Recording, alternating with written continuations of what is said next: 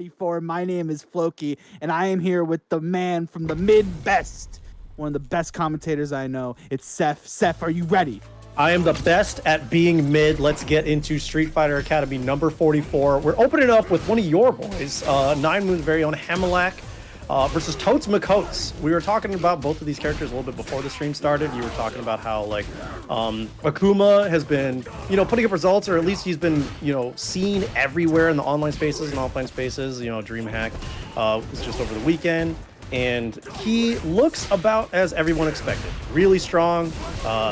Very intimidating. He has pressure on everything. He gets conversions from everything. Obviously, the low life, people are debating on whether or not it's enough of a balance point. But how do you feel, Floki? I feel like we've had enough data to collect on Akuma competitively to say that he might be a good contender for tournament wins on a large scale. What are your thoughts? I think, honestly, right now, the way his buttons are played out, I think his recovery on his fireball is something to be talked about as well. And right now, Hamilak really abusing those buttons right now. Things like his drive impact and take full advantage of the roundhouse, and Hamilak getting first game on the board. Things like his crouching medium punch, his crouching medium kick, his stand medium kick. There's so many buttons that I could talk about with this character. It's actually crazy. And also his game plan as a whole, I think a lot of players have gravitated towards him because he's like the blend, and I was saying this before we got into it, a blend of Luke and Ken from Season 1. The only difference, like you made mention, is that he doesn't have meterless side switch. But what's meterless side switch to melting a health bar? Yeah, it looks like Totes Makotes spent that first round just understanding how Hamilak wants to play neutral, what Hamilak's game plan is. And the game plan looks like just full send, just try to buffer, just try to send air fireball, and Totes has been so ready. Look at that. Burnout, very in chip range, and now it's just baiting that DP, counter, and Totes Makotes tying it up in the rounds. Your boy's got to readjust. I think your boy's got to it's tough to say because you're saying that Akuma's game plan has been figured out, and I think that Akuma is so fluid in the game plans that he can have in any given round, just because he has, like you said, he has tools for everything. You say that he's like Luke and Ken put together. I think that also, to put details into that, it's the fact that his footsie's incredibly strong, his pressure on the full send is incredibly strong, Totes Makotes' combo with the perfect on that round is incredibly strong, taking game one. The 9,000 health, still not probably going to be lasting very long against a character like Blanca, who just is also able to constantly pressure. I agree with that. Honestly, and I will say, listen, that's commentary. That's commentators up on the screen right now, Seth. You gotta put some respect on for the homeboy. But to your point, Blanca has been a character that has been very synonymous with a little bit of controversy ever since this game's release. Obviously, players like RD, players like Problem X really making it happen. Wolfgang, for example, just that very oppressive level 2 and his buttons. And right now, Totes Makotes tries to open up Hamilak with the overhead. No dice though. Okay, sweep. Oh my God! What a tried to go for another throw, and it looked like Totes Makotes was just not trying to take those throws at all. The first time you mashed out of it, the second time was just willing to do the jump back ball, and you were talking about controversy with this character for sure. There's a lot of tricky ways that he can escape and steal back turns and just overload you and do tricky resets like this. And Blanca is very much a character for players that just want to do scumbaggery, right? And yes, you have the level 2, and that might be dead. Oh my God. I think that he just barely lost the juggle points, but that is 2 games up now for Totes Makotes. And Hamilak still has room, still has time. I want to say Akuma. Yeah, it's 3 out of 5. I want to say that Akuma can contend with Blanca. I mean, you made a note about the fireballs and the low recovery on such, but I think that Hamilak is just going to have to resort to playing good footsies here and making Totes Makotes not want to do Blanca ball, not want to take risky pressures, have to anti-air those, but I don't know. It's going to be tough. I will say, and I've been helping Hamilak kind of learn just kind of things about Street Fighter 6. He is getting acclimated. He used to play Geef before this, so he's still trying to get acclimated with things. But right now, Totes Makotes getting acclimated. Post jumping into this corner we go. Oh my God, your drive gauge is looking kind of deep. It's kind of bad. Oh my, the DI though. You like this? Yeah. got, you know, in the first round, got really trigger happy with that DI, and now trying to pull it back out in the arsenal, but a little late on the demon. You saw that the first attempt didn't go through, so he decided to just, you know what, let it rip again. But Toads was very long, recovered by then, had a ball ready. And no anti-air yet again. Anti-air's coming out from them. The side switch. Looks like Toads is just not just in full control, but Hamlet can't find room to breathe whatsoever, even from full screen. Look at this. The fireball's gonna come out, and look, Toads is trying to sit pretty, trying to go into the coward crouch. Anti-airs all the time. Was ready for the throw attempt that time, and whoa! What? Okay. He did it for the homies, Seth. He was like, you know what? If I'm going out with the demon. Nah. Yeah, Hamelak in the chat. Nah. Like, yo, let's get back into the game because there's no way I can talk to this guy anymore. Thicky McChicky on the Ryu versus the Chun-Li.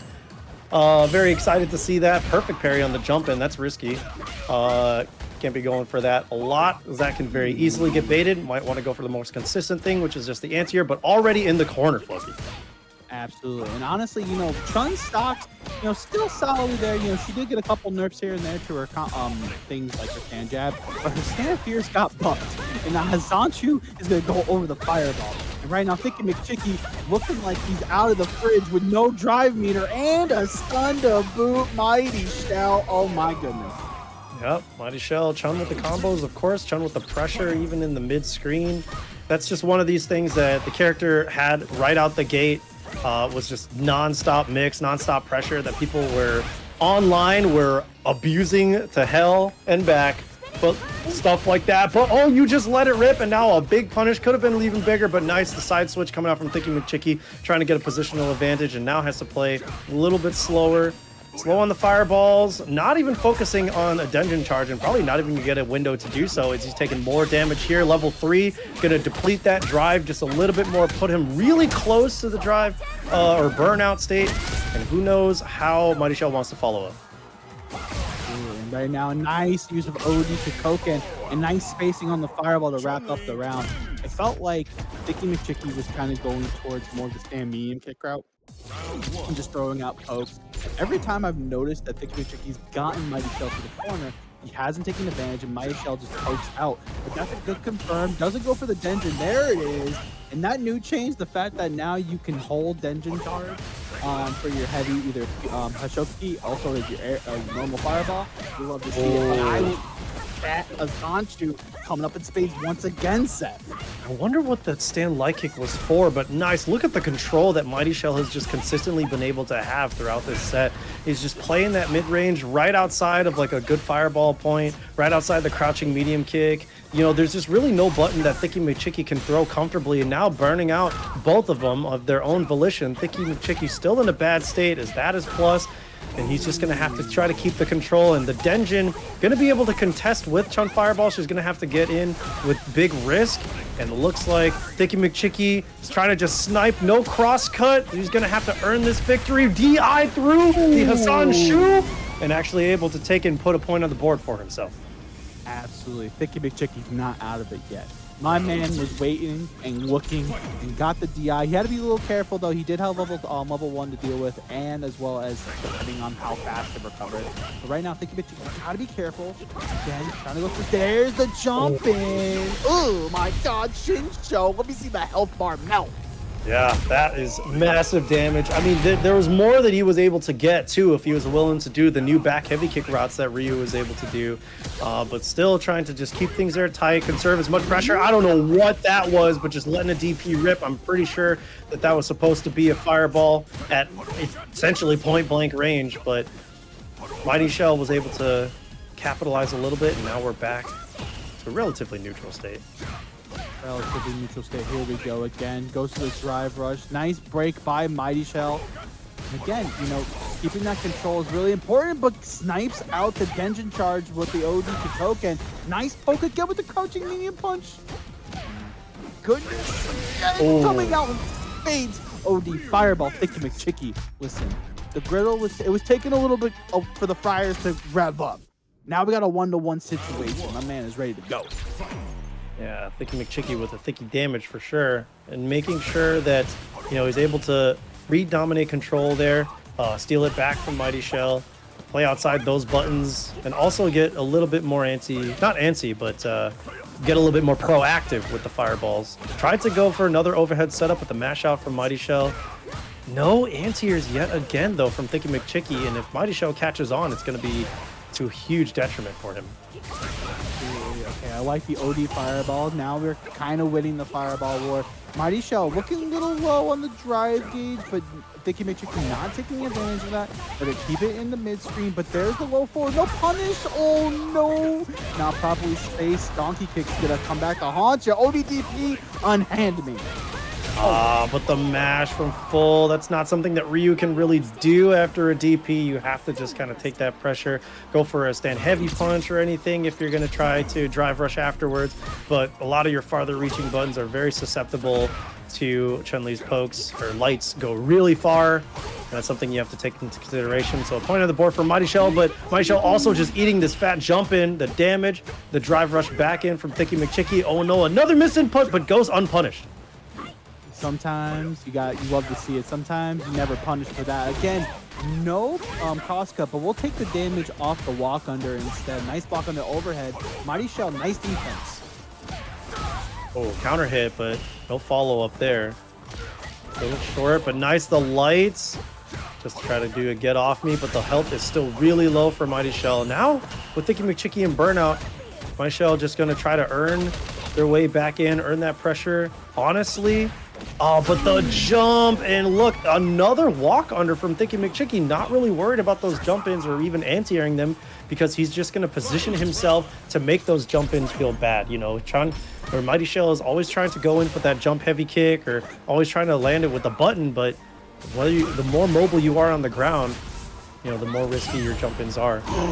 Perfect parry on the but Mighty Shell says, nah, it's not your turn yet. Let me figure it out with the low forward. Here comes Thicky McChicky, but again, nice counter poke again. Mighty Shell making Thicky McChicky really think twice on this level 3. Let me get the drive gauge back, and let me get that health lead nice and good. That life lead is pretty good. Brings it to basically one more guess.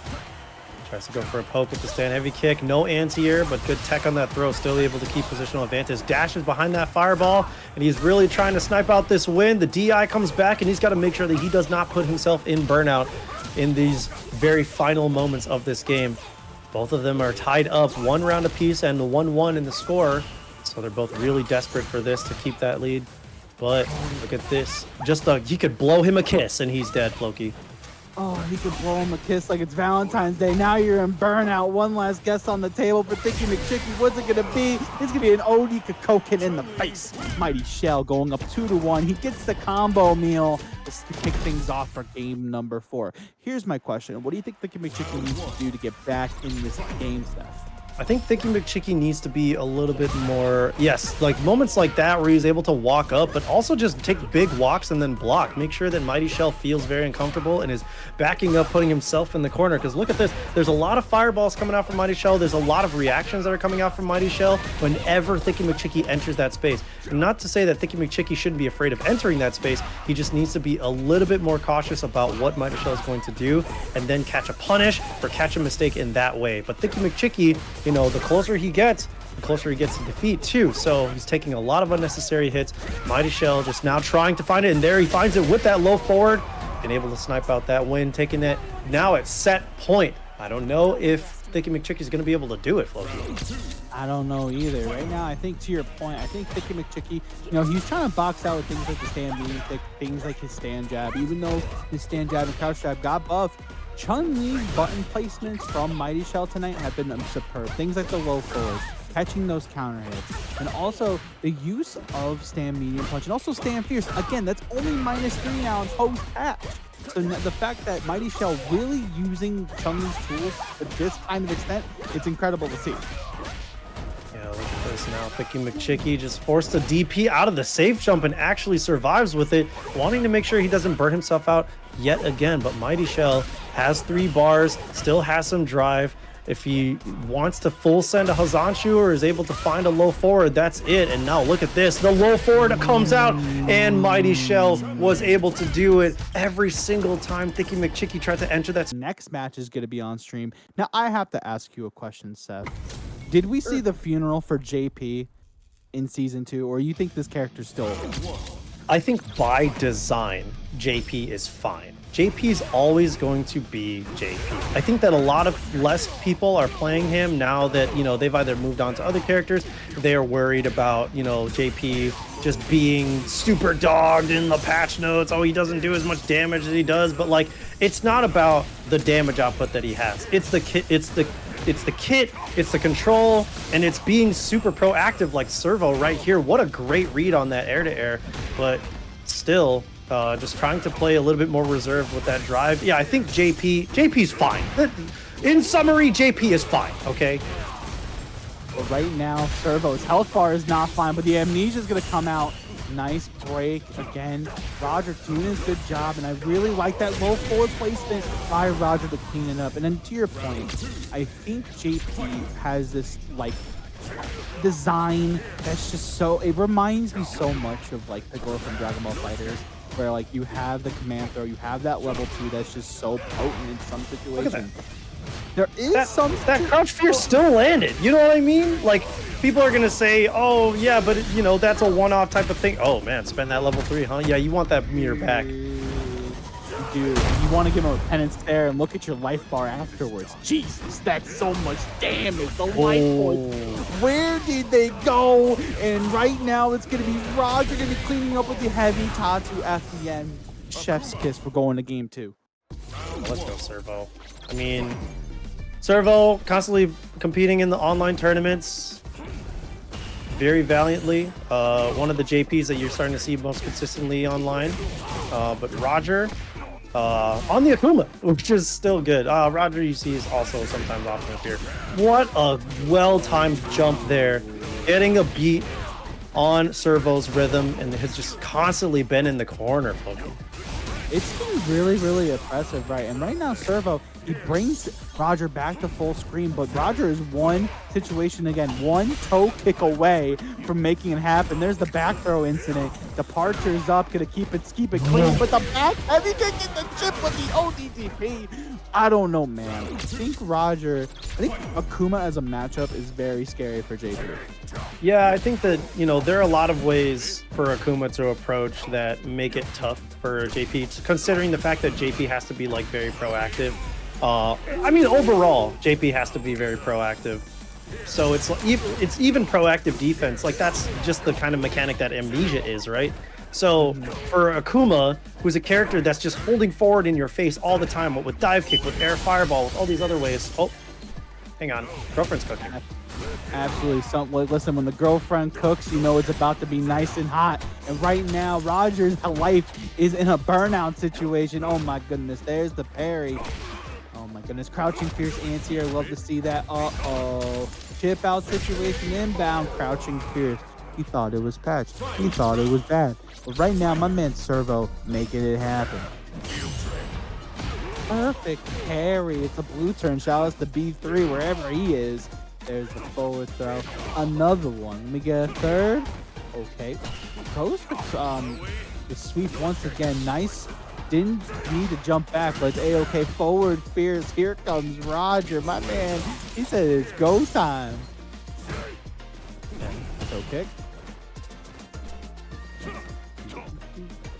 This is the best theme in the game.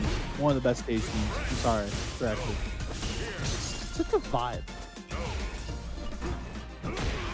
Oh my god, what a jump to snipe the end of the demon flip. Doesn't commit to level 3, but that might come back to haunt him. Oh my god, there's so much spaghetti on the floor, but it's A-OK. Jab confirmed into level 3. Roger, you got something on the shirt. We are going to a game 3, one apiece. And listen, chat room. When you're here at Street Fighter Tournament number 44, you are family. Hamilak, I know you're doing okay in Luger's bracket. Get it done, my friend. That was for you. Oh, he tried to bait out the Demon with the Spire. No dice, though. You missed time, unfortunately. There's the Amnesia, though. Nice break once again. Departures up to try to keep him safe, but Roger just immediately in already, just like that. Okay, The Amnesia finally taking it back. We came back. We beat the 10-0 matchup against the smoke detector somehow. But the DP, all right, Servo looking pretty desperate for a comeback right now. Finally, Roger taking that lead. That looked like a pretty dominant round. Okay. And yeah, like, again, it's just, now you're just kind of, if you're JP, you want to put up Departure just to kind of make you safe. But Roger, you know, really using the drive rush and the system mechanics that Akuma has and really making the Departure non-existent just like that. Ooh, walking underneath, catching the punish counter on the whiff jump in. And now look at this, constantly just drive rushing in, full settings past the projectiles. And yet again, finds that snipe from that drive rush advancement. You're gonna let the whole level 3 rip. You couldn't just DP. Oh well. Well, I don't think that he had a route like outside of this. He had to, right? Unfortunately, listen, Seth. You know what he said? He said, "Look into my eyes. What do you see? I see a penance stare and a 2-1 lead for Roger." Damn, those bars. Damn, those bars. Did you do that on purpose? Did you mean to rhyme?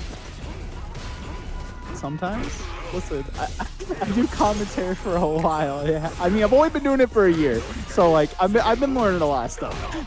Yeah, you're learning from Sankpolo. Not really. The master lyricist, James Chen, spitting bars. I mean, I talked to him, but like he's the same guy that told me Akuma's an honest character, so I don't know about all that. I don't see why you disagree. Look at him, honest. That drive rush low forward, or sorry, crouching strong, very honest. The nice perfect parry, hopefully able to get this. You know, he just needs to be very aware about how Akuma wants to advance, and he got a little risky, and nice actually blocking that dive kick, taking that turn back, and staying alive in this set. Walls up and with the crouch jab at the end there, and I really like the use, but there's the impact to get through the fireball recovery. I like that choice, Servo. Really making it happen right now for JP, trying to bring it to a script. Game number 5, as always. Again, the demon foot coming on with spades. Just through, and nice, the perfect parry. It was good that he was able to get that perfect parry too, because he was very, very close to burning out. And now he's back in control with the life lead. Look, again, Roger just trying so hard to advance, now blocking that, but he burns himself out in the process. This is still a good spot for Servo if he's just able to have good defense. And there it is, the mash out for the level 3, and now going up into a 2. I want to say it's 2-2 at the moment, lead? Yeah, 2-2. It is a 2-2. Someone hit. Yo, someone do it. Someone do it. Someone do it. Someone do it. Someone do it. Someone do it. You do it. He's already doing it. The script has already been perfectly written, Seth. We are in a game 5 situation. You already know it. Hey, it might not be a final round. Who knows? We'll see. One of these guys could just be dominating. Oh my god, the walk back stand fierce. And that is one of the Akuma God buttons right there. It's mad active. It goes way farther. It's so not enough. Are you joking? And the perfectly timed mash. Jab to the micro walk, the stand jab to snipe the departure. Roger on set point now. That was a very much like a season 1 Street Fighter V anti-air jab. Literally almost illegal. Should not have been allowed. But okay, back into the zoning, but Servo, see, having to go into a jump forward, trying to be ready for Roger wanting to advance afterwards. Oh, a missed input there, I want to say. But look, this is so scary because even though he sees Roger sitting at full screen, he is not safe to zone. Tried to jump out of that pressure, but back into the corner. Look, he looks really, really scary for Servo because I want to say one more touch could be dead. Absolutely. I think one good touch from either player right now is going to make it happen, Seth. But right now, going to get the fierce confirmed, bring him back full screen, waits out the actual demon flip. Now again, one last guess on the screen. Oh my goodness. Not heartbreaking. Carnage into a demon? Are you crazy? Wait, is this dead? You it is dead, yeah. Dead. All right, for Back sure. him up. Yeah, shake my hand, GG's. Roger sends Servo packing into loser's bracket. God damn. On my area, like we have like a bunch of like great toppings and stuff like that. I've always gravitated towards like the toppings I like because that was just what I knew, and I'm like I'm starting to slowly like move forward. Like we're moving forward in the bracket. It's gonna be Erebus going up against So Sick Nash fan. There's no way you put the Luke theme on here. There's literally no way. Just the Luke theme on. Wait, whose soundtrack does it use? Does it use Neo's or does it use the players? Because when you put Luke's theme, oh, I mean, don't get me wrong, I like Luke's theme too, but what? I do. What do you mean? It's so punchy. It's so nice. It's so punchy right now. It's like catchy, dude. It's so catchy, like So Sick Nash fan catching these ODDPs. I like that. I like that. You made a point earlier about how like these anime players are going to be very, very right at home with the mix and be able to block all the, all the crazy anime mix and stuff. I think that by this point in Street Fighter 6, if you're doing well, you can go to any anime game of your choosing and be just as fine. You could play more. Did you see Tong's tweet today? Tong was like, "Oh, after playing Street Fighter 6 for as long as I've determined that a first to 2 in Street Fighter 6 is way more stressful than a first to 3 in Marvel." And I think that that's probably because he plays way more Marvel and he's like way more used to it. But also, he's like, respect to anybody who can play this game. There's a lot. There's a lot in this game. Just like there's a lot to watch out for with the perfect parry there. Now this route, there's still a level 1 to be had there. You were definitely dead. You were extra credit dead. My man said, I have the homework plus the extra credit for the next 2 weeks with that confirmed. And again, the walk up, the confidence with that forward medium punch to snipe the ghost. What a call out, So Sick Nash fan. Oh my god, Erebus, just take the throw, bro. It's okay. Yep. Okay, back throw incident. That is a -1 situation. Nathan Drake was not ready for attack, and now the tables have turned. Back to the wall there, not willing to jump out, but still blocking all this mix. Tried to jump out there, did not block that mix, and there you go. Escapes the corner this time. Man, escapes with the treasure of the corner and escapes with the punish tower on the amnesia as well. Nathan Drake, So Sick Nash fan. Oh my goodness gracious. Did he try to meaty Hazanshu or something? How was he so ready for that OD amnesia? Block. This is going to be not incredible damage, but could have been a much better screen position. Could have sent him from full screen all the way into the corner, but just going to do it off of the next hit. And now has his back to the wall. Nathan Drake, So Sick Nash fan, going to have to pray to whatever anime gods he has in order to escape this corner, because Erebus has a massive lead right now. Ooh, never mind. But never mind indeed. Back row again. The Hazanshu catching the backdash right now. 3. No, the pose for the setup. Are you joking? Another route into the level 3. That for sure is going to kill, because that is from the meaty stand medium punch. There is going to be no scaling on this. Oh no. Not like this. No, Seth, there's no way you just commentators cursed. Oh no, level 2 Hell Zone grenade. Engage. Oh, doesn't block. Love it. Erebus. 1-1 on the board.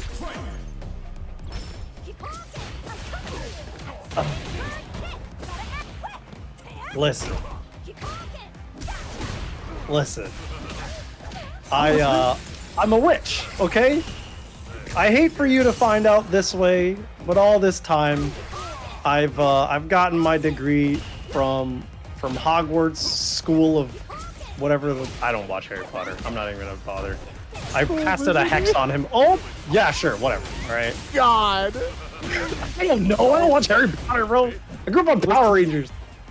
Listen, my man right now trying to get the Quidditch and trying to get a game on the board right now and trying to represent the Hufflepuffs. Like, listen, shout out to the Hufflepuff game wherever you want, but the Hufflepuffs. I don't know. This guy is dead, okay? This guy is the prisoner of this corner right now, unfortunately. He's not dead. He's not dead. One more mix. Oh my god, he wasn't ready. You went into the air with him, but he wasn't ready for the air-to-air. The button coming out from So Sick Nash fan, barely scraping that alive. Erebus, if he had the air throw, it was cooked, smoked. Hogwarts School of Witchcraft and Wizardry, I'm gonna need you to. Damn! Tried to DI through that crouch fear setup. Not happening. What was I saying? Man, shut up about Hogwarts. Yeah. But man, shut up right now. We got a corner situation. Perfect parry. Oh no, the foot dive engage, the jump hard kick. Listen, it's a classic nowadays in the FGC. Oh my god, ready for it. He's so ready. So sick Nash fan. He's like, listen, you can try all these cute things, but right now, Erebus gotta keep it simple. Go for the DI, get a corner situation, departures up. Oh my god. The parry, the drive reversal, now looking super low in the drive department, but still able to catch a counter hit Zanshu and scrape by with that crouching medium kick. Now at set point, it's so sick with the Nash fan. Absolutely, I am a so sick Nash fan. If there's a so sick Nash fan anywhere, I'm one of them. Trading the fireballs, but still feeling fine. Because he's still at full screen. Erebus wanted to do that zoning, but still has a fireball to deal with in that Chun-Li stand heavy punch. But now you were just mashing. You were mashing. Listen, sometimes these anime players also gotta let it rip once or twice. Oh no, ducks the forward heavy kick. Doesn't get a full confirm though. He's worried about his drive gauge. Labushka level 2 engage. Jumps out though. This guy's crazy. So sick. Nash fan gonna clean it up with the level 2. That's dead. He's 100% joking right now. What is this match, dude? Yo, who invited Chef Boyardee to the set? And what is this? You just kept with the zoning. Now so sick Nash fans still able to. Anyway, let's get into the next match. Young Mateen against Liquid O. It's going to be Luke versus Sim. Sim, not really a character you get to see appear online a lot. So it's very exciting to see how, you know, these guys are able to keep performing. But this, it looks pretty cookie cutter, if you ask me, Floki. Absolutely. You know, I got to give a big shout out to Slice for taking down UMad over the weekend with Dalsum. But, you know, this character, Dalsum, I think as this game goes on, we're going to see more of the same what happened in Street Fighter V. I feel like this character is going to get a lot of opportunities. Like right now, Young Mateen getting a lot of opportunities to use that level 1 to get Liquid full screen. But the Roundhouse is going to clean it up. No, it's like I lied. Okay. My man had the Fortress defense up.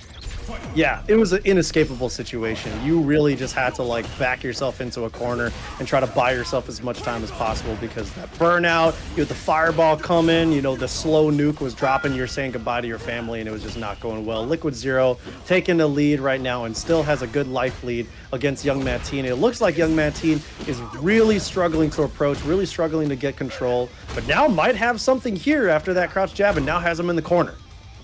Absolutely. Here, tries to go for the suppressor, but the slow overhead's gonna open up Liquid, but Liquid back throw, no! Gets shimmied for his troubles. Young Mateen level 1. Gonna put him in life support situation. Driver reversal, get off. Yo, just lets the level 1 rip yet again and now goes in for that burnout. So he needs to stop. Yo, bro, please, no, not like this. The same situation. You walked into every stand roundhouse and then you just got yourself into the same situation. That was so unfortunate. I mean, trying to play the ground game is something that is really important. I think Young Mateen, you know, he does perform better on the Ken, so it makes sense that he's probably just wanting to get data on the Luke. But I mean, that wasn't data gathering. That was just essentially suicide, just walking forward into the loss there. But you know, I want to see how this readjustment happens. I mean, Ken obviously is able to be a lot more rushed down, where Luke is a lot more grounded. Luke kind of playing a little bit more defensively, but or has a lot better tools on defense. But I don't know. I'm just. Listen, we're just commentators at the end of the day. We just kind of talk about what's going on right now. Young Mateen gonna bring Liquid to the corner. There's the dive kick. Pulse confirm here. Teleport. We're out. Oh my god. Nice ready with that. You know, good read from Liquid Zero on that mash. Wow. Trying to Dragon Lash him out the sky? Listen, sometimes, you know, oddly enough, Dragon Lash could be an anti-air, but right now, Liquid just armed and ready with the drive impact and take full advantage. Yoga Arch trying to catch him slipping. Young Mateen trying to get in and open the door. There's the perfect carry.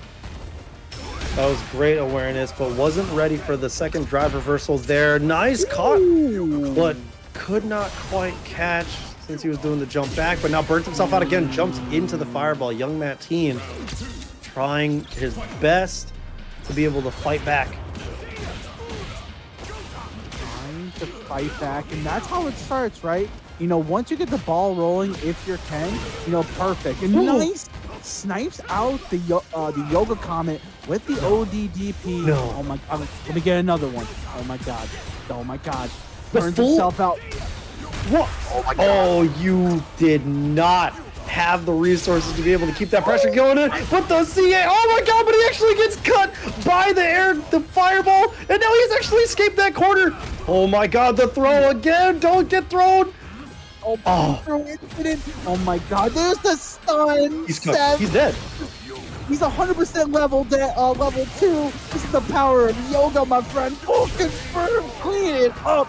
Liquid, hailing from Mexico in the dungeon. Oh my god. Young Matt T, no, get up! Like, he's just, I can't believe he took that much damage. It felt like he still had half a life bar, but man, that's so unfortunate. But look at this, a lot better on that lockdown. Never mind, teleports right out. It's like, what lockdown? What are you talking about? What are you talking about? How do you lock down? How do you lock down? How do you Dawson? Asking for a friend.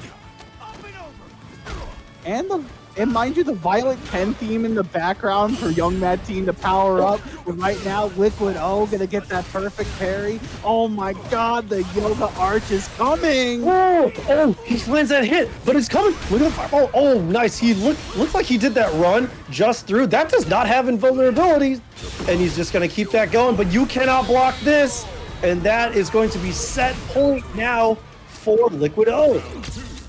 This guy, Liquid O. Really, you know, I've seen him play Ed and Dawson, so to see him kind of rocking the Dawson right now is always a treat. And right now, Young Matt Team kind of on the back foot. Again, he's burning that bar a little too crazy. My man's using that butter a little too much in the pan. You gotta relax a little bit. The thing is, I understand where Young Matt Team's head is at. He's really trying, he's desperate to be able to steal turns back. He's desperate to make sure that he catches a counter hit, but he's being way too proactive. He's being way too like overextending in every offensive avenue so hard. And look at this now, being very cautious about how that drive gauge was going to replenish. And now Young Matt Team just trying to find that right time, and he hopefully gets this one. Oh, needed to just not get hit, and the level 3 coming out from Liquid O to take the set. This is not just level 3, this is the CA. Don't look at me like that. My man really was looking for the one piece with that confirm, and Liquid O is going to be moving on. An emphatic 3 over Young Matt Team. And again, to your point, you know, once I noticed Young Matt Team go... Obviously are improved, but Aki's still Aki. Outside of like the way that she's able to deal with fireballs being a little bit more consistent. But other than that, Aki's still Aki. Why do you think that we're starting to see a lot more of her lately, besides the costume? Because this costume is goated. This costume is good, and I want to make a note. This is a modern battle, by the way. That's kind of ham. Yeah, but it's actually sick.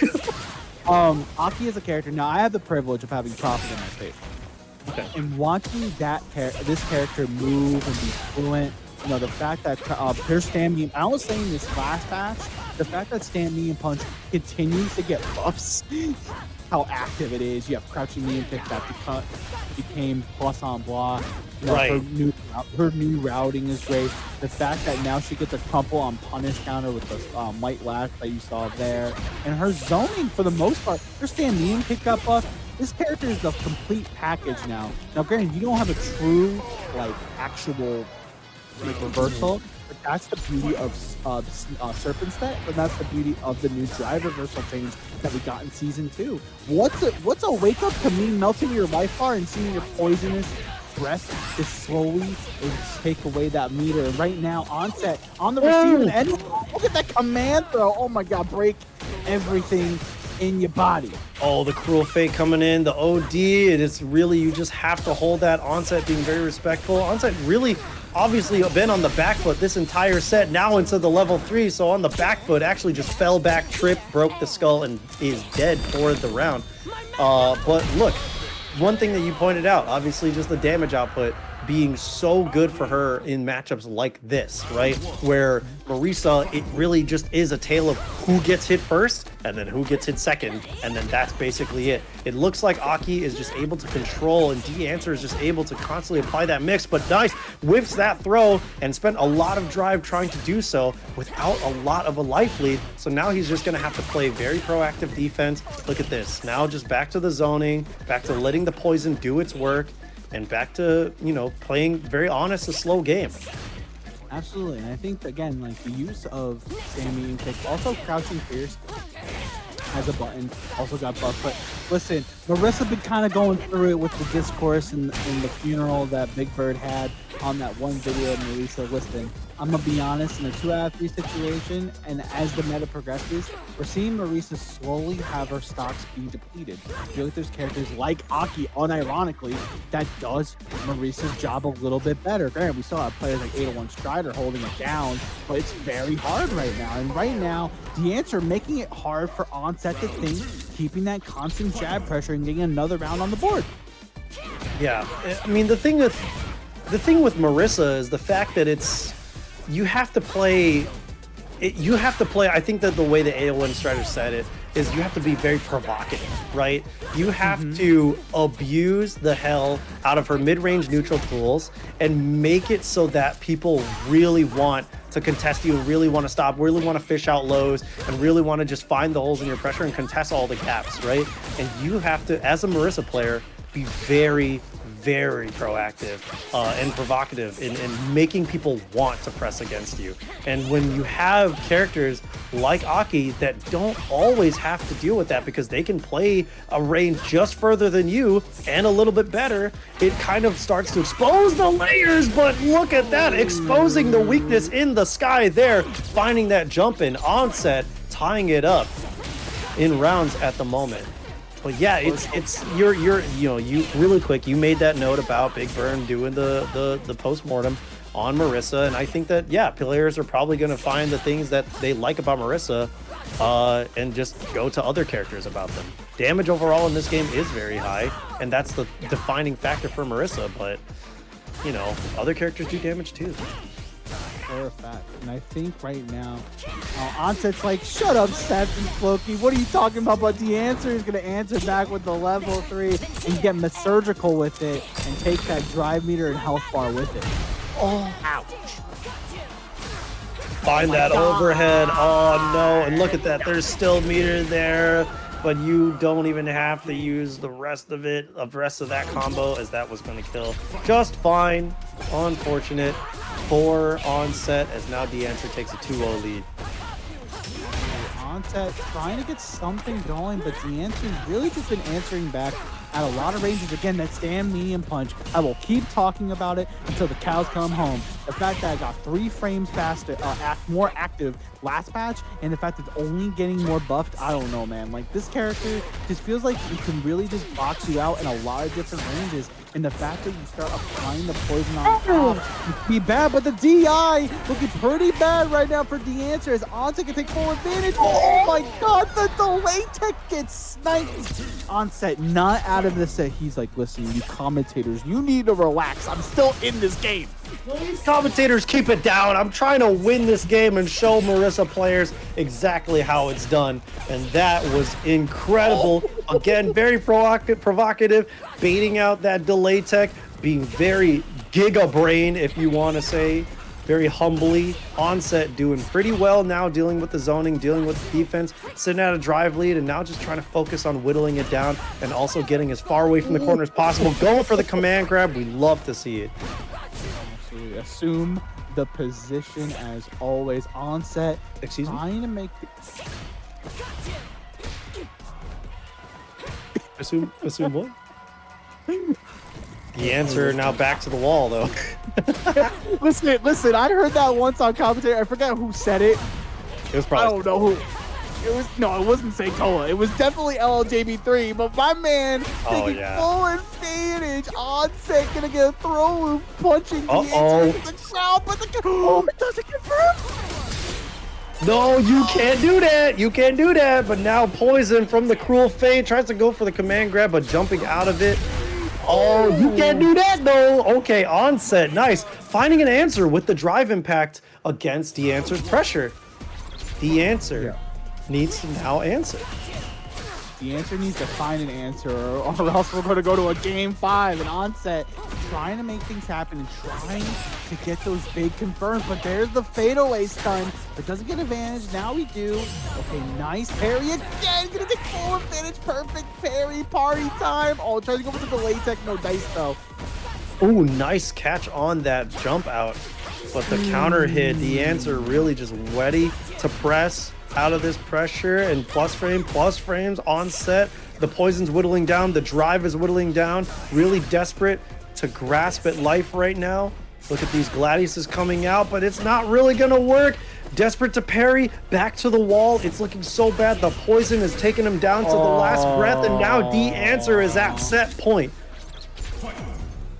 I never thought I would see the day that we see Aki in such a capacity that we are. But only in Season 2, only at Street Fighter Academy, you're going to see an army of Akis come out to play. And right now, my man DeAnswer got to be watching his legs. Level 2, I'll bury you. There we go. Spending that level 2 as the reversal. And now hopefully can able to secure a lead with this. The Gladius. What? You recovered in time? Are you joking? Look at this. Yeah. Oh, no anti-air. Oh, the smack. Get off me. Nice block on the overhead again. Onset a little low on drive bar, but out. Yeah. Game. Let's go, baby. Onset not out of this game just yet. Onset fighting back now. Look at that. Spending a lot of meter, DeAnswer. Sitting already in the amber. Uh-oh. Now just poking it out, but the low forward. Gonna give you access to a new route with how plus it is now. Look at this. Desperate to fight out. The answer doesn't have to move. No way. Oh, no. Anti-air level 2. The pool, the puddle is out. The pool is there. Right now, DeAnswer gonna try to find the answer. Level 1's gonna get baited. And DeAnswer with the perfect's gonna move on into winner side top 24. Onset still makes it out. Hokage versus Fatality, of course. The battle of it is top 24. We just are getting what the hell? Listen, these matches are so good. I didn't even forgot to tell you, this is just pools. Yeah, let me scroll a little bit over to the right. That's correct. Screw me, I guess. It's a top 24 qualifier. Thank you for the correction, both of you. Listen, sometimes listen, I ain't gonna say what I was gonna say, but sometimes it be speaking the truth. And right now, Enzo the Hokage trying to get the truth with this Jinrai. And honestly, another character that a lot of players kind of like wrote off in this patch was DJ. And honestly, I don't agree. This character still does a lot of damage. Yeah, still does a lot of work. And honestly, players like Zen are really still making this character an issue. But Enzo the Hokage trying and baiting out, and it's a bad mistake to go for OD Jackknife. Enzo, the 13-year-old prodigy. My man's in summer. My man can do whatever he wants now, and he's gonna beat some ass. Yeah, Enzo's on school break now, so all he's gonna do is just continue the tournament grind and try to show up against players like Fatality Falcon. But Falcon, Fatality again with the lockdown, like you said, DJ was really counted out with that patch. People reacted very strongly to those nerfs, but this character still does a ton of damage. He even has some routes where he gets a little bit more damage. Yeah, his starters are a little bit nerfed, but Enzo not worried about any of that right now as he's able to take a positional advantage. Look at that stuff and putting out that cross medium punch, the cross medium punch yet again, and this is going to be a route into CA, and he's gonna do it, boy. I'm on break. I'm trying to win this bracket. Will you sit down and shut up? Sit down and shut up, my friend. I just got out of school. Leave me alone. Sit down, shut up. Ken, stand up, dude. Ken stands up. Listen, I'm not gonna lie. The fact that crouching medium punch skated by another patch being disjointed and how crazy it is. I as a Ken player, I am thrilled, but as the opponent, I get terrified. That button is criminal sometimes. Nice play for no confirm though. I feel like if there's one white boy that gets a plate, like in the entire Street Fighter roster, like of all time, it's Ken Master. Yeah. Like he objectively, like you forget. Oh yeah, Ken is white, isn't he? Sometimes, you know what I'm saying? Because that's just how popular. Like he just always, bro. Oh Nice, dude. Like the OD fireball thing situation too. You know, listen, in the lore, my man, listen, he is a felon. My man is running from everybody. My man got framed by even his kid. He's even running from his family, bro. Dude, Happy Father's Day to everybody except Ken Masters, bro. Yo, I just thought about that. Yo, for real, but I think, you know, Ken as a character, you know, we were talking about before in a lot of discourse. Again, this character has come up recently about who's the best Shoto, who's doing this and that. And there is an argument to be had for Ken. I will never not deny it. Like Enzo's denying this space by Fatality with the crosscut. Into Burnout we go in the Dragon Lash. Oh my goodness. My man was ready. I think players like Enzo, players like Tokido, Angry Bird, for example, I think there's still stock to be had with Ken. I think long-term game, we might be thinking different, but right now it's just characters that you're really comfortable with, especially with the tour starting. I can see why people are still hanging out on the Ken Master. I think there are different strengths that, you know, the Shotos all have from each other. I think they're all thankfully very distinct, and I think that Ken, Luke, and Akuma are going to be the ones that we see the most in bracket, which isn't really any different, probably what you would expect. Enzo the Kage has been just consistently putting up results, staying loyal to the Ken, and I think a lot of the Ken players right now are just staying on Ken because of how consistent that he is. He hasn't changed that much over the patches. He's still putting up the results. People are still very comfortable on him. Why would, at the heat of the CPT season, people change from this incredibly reliable character to Akuma, who's not just volatile, but brand new, you know? I think that over time, yeah, we might see more Akumas pop up, more Akumas be popular, but I don't really blame Tokido and Angry Bird for saying, yeah, we're just gonna go back to Ken over Akuma, because, I mean, why? Why not? Ken's still doing it. Ken's still great. Not this round, but he's still great. Listen, the Fatality Falcon, you know, trying to make it happen with the DJ, and I think to your point, just real quick, you know, the fact that he got a buff to his run DP, the fact that a lot of his other stuff kind of remained unchanged. He got a natural, not like a knockdown off of the medium ender on Jinrai, so now you can actually set up medium Pierce pretty reliably. And it's actually really, really nice. Like this perfect parry combo off this situation. Enzo the Kage. It is time to go to the massage parlor. St. Cole, wherever you are, I hope you enjoy this one. A body massage machine. Look at this pressure. Whoa!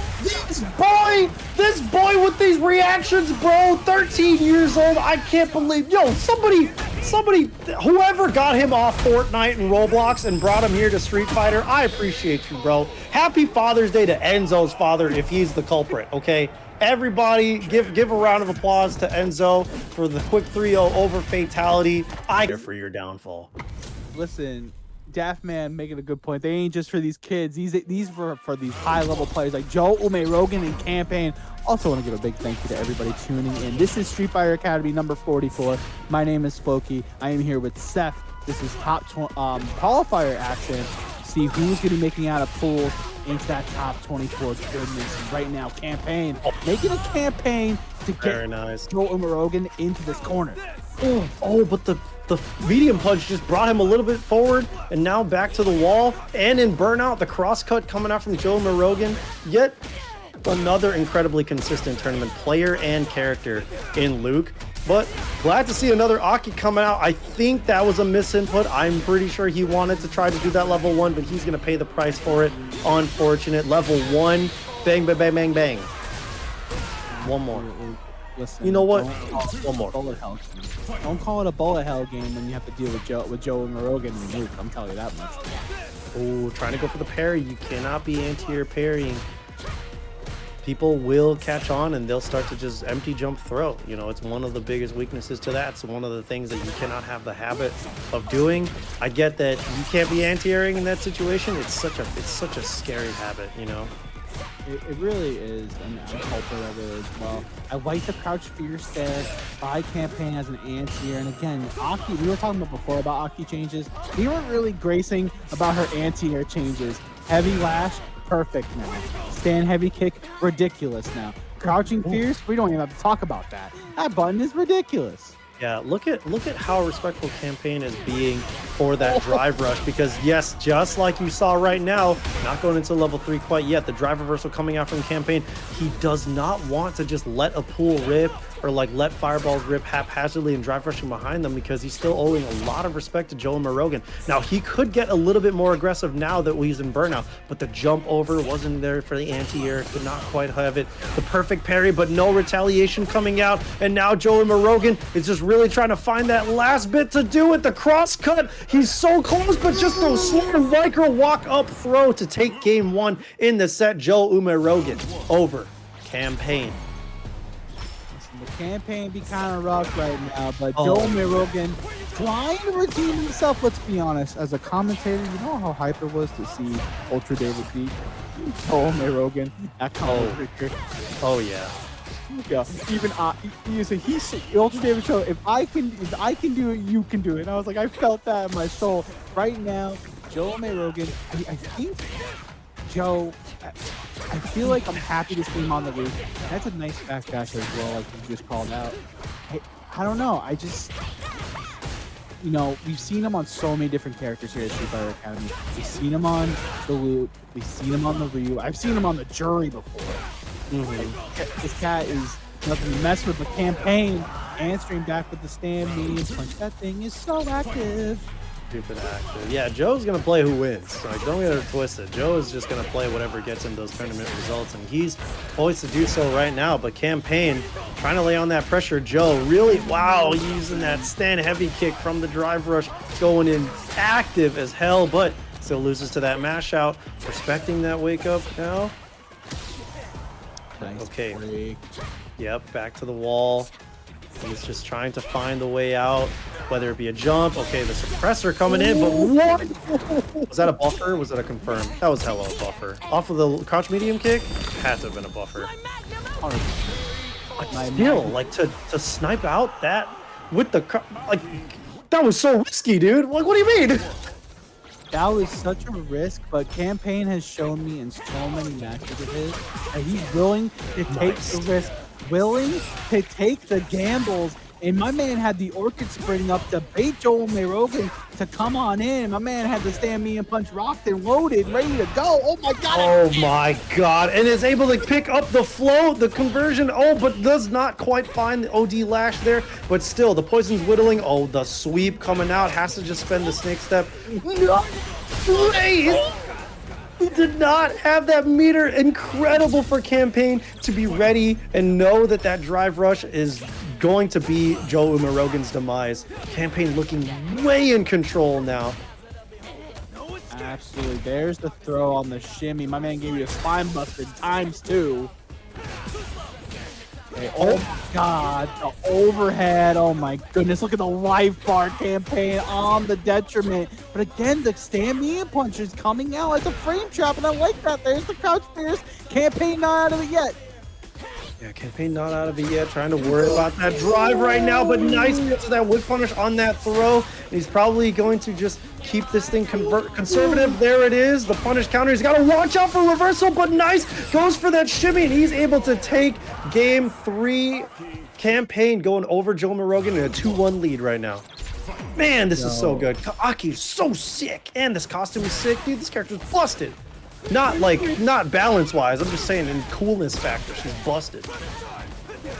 Campaign has shown time and time again he's ready for those intricate situations, and he's ready to make it happen when it matters most. And Joe, He's been on the back foot for majority of the set. You know, granted, he had that great game one, but campaign, you know, even with the life deficit last round, he's been kind of in control at every point. Yeah, I can tell, man. It really looks like it. Oh, the stand medium kick, dude. Are you kidding me right now? Okay, look at this. Now set point available for a campaign. He looks so much more in control now than he did. Oh, wow. Traded into the crumple, though. The poison popped, so he ended up being alive. Otherwise, that would have been a very favorable situation for Joe. Look at that. That poison doing work, but Nice just finds that hit. The poison getting reapplied, and now he's back into the wall campaign, both poised to win. Floki, this is dangerous. Seth, this is very, very dangerous. You don't want to mess with a woman with some poison. And right now, JoeUmerogan playing a little bit closer to the fire, and that confirmed was ridiculous. Oh no, dude! Did you see how that happened? That was so messed up, dude. That he just walked like it was. Bro, they're galloping onward, but we got Brian D. Not on Guile. On the DJ. That's right. That's right. You know, LLJB and I have an ongoing feud because he says Guile's top 1. What? Yep. Yep. You heard it here. I want you in the chat. I want you, if you disagree with LLJB, which is pretty easy to do, feel free. This is my government sanctioned note for you all to bully him on Twitter. Get out there, tag him on Twitter, call him a liar, call him a gaslighter, call him a fraud. I can't believe somebody's saying Guile is top 1 and his logic is like he has no losing matchups. I'm kind of either just lose right now. I don't know how I'm supposed to feel right now. Like, I'm supposed to feel to see Naji. No, it's always a treat to see Naji on the sticks, on the stand, with the jury. I know they've been dabbling a little bit with the Cammy as well. They've been thinking about Akuma, the Chun-Li as well. There's a lot they've been thinking about, obviously, second place at ECT. But nice eye to snipe it out. That situation on the sway, but again, Ryan with the air slash, nobody home. That was pretty good. That was pretty intense. I was pretty good. I was pretty good, man. Who is he realistically losing to besides Luke? You're seeing him right now. You're seeing him on the screen. Oh my God, prepare. And hard kick, no dice. Ryan D make you hear hey, hey, hey in your nightmare. Ooh, I love that air to air. That was really nice. You know what was crazy about that? He probably could have comboed off that too. He definitely could have. I feel like he had the time and the space to do so. But oh man, those dives have been coming out really strong for Naji, finding that low. Oh, but this could be it if he's willing to spend it, and he definitely should. It is. The CA is coming out. You know, guys see this and they go, I wish that were me. Can you imagine? And Street Fighter, Capcom loves that. It should have been me. It should have been that. Capcom encourages this behavior. It should have People been go, me. oh, jury fans are degenerates. No, Capcom is degenerate, and they love it, and I love them for it. Let's keep it going. Naji winning game 1. Here we go into game 2 over Brian D. Absolutely. And I really liked in that game how Naji placed their dive picks to deal with the anti-airs. Right now, Brian D, again, we're seeing, again, normally never seen him rock the DJ. Again, maybe something in the season that's saying that maybe Guile might not be the way. You know, granted, you have a really good matchup with a lot of different characters, but DJ just has that mix-up ability that Guile at times really doesn't have. It could also be his confidence against jury between Guile versus DJ. You know, there's possibility that he feels as though DJ performs a little bit better in this matchup than Guile, considering Guile is going to have to play a little bit more defensive and a lot more slow paced. And with the way that jury is, like, he's going to be holding down back way too much. And you're starting to see it too with the way that Naji was able to control the airspace. What a perfect parry on the EXO bot. Are you joking right now? Keeping that pressure. staying out in the mid screen, but nice that Sobot's able to get catch, and now Naji's back into the mid screen. Yeah, earlier in the set, Naji was doing a lot of those dives, and now has Brian D just stuck. You know, he's not willing to contest any of those jump ins. Now finds that low forward, and that's going to be the round. Spending that level 1, that's going to be the game. Up 2-0 right now against Brian D. I think, you know, to your point, you know, Jury, you know, what can we not say about this character? She's won $1 million. Shouts to Uma. You know, she's consistently one of the stronger characters in the game. Really solid game plan. You know, we've had players like Naji, players like Nephew really do the thing with this character. But Brian D, again, has done a great job. Like, I'm not going to count out Brian D. My man has really manipulated space pretty well. It's just that Naji is taking those moments and making it a little bit more and making a little things happen. Yeah, Naji's been incredibly crisp with those anti-airs. I think that Brian D, nice, incredible reaction catching that DI, and now he's going to go for that side switch, apply a lot of damage here, keep that corner, and now just keep that pressure going, wanting to replenish the drive a little bit, so he's just not trying to go in, not drive rushing, and just keeping these pokes safe. Nice, goes for the anti-air that time, felt confident about that position and what Naji was going to do. Even doing that dive, he was not in a good spot, but Brian D is probably one hit away. One more at least. One more in the tank, and it's going to be a sweep to steal it out. Brian D not out of the fight just yet. It is a little bit of a detriment right now. Naji has a couple games to play with. You know, he's not going to go to the Cammy because this matchup, honestly, having a fireball that tracks on the floor the way OD fireball works for Jury.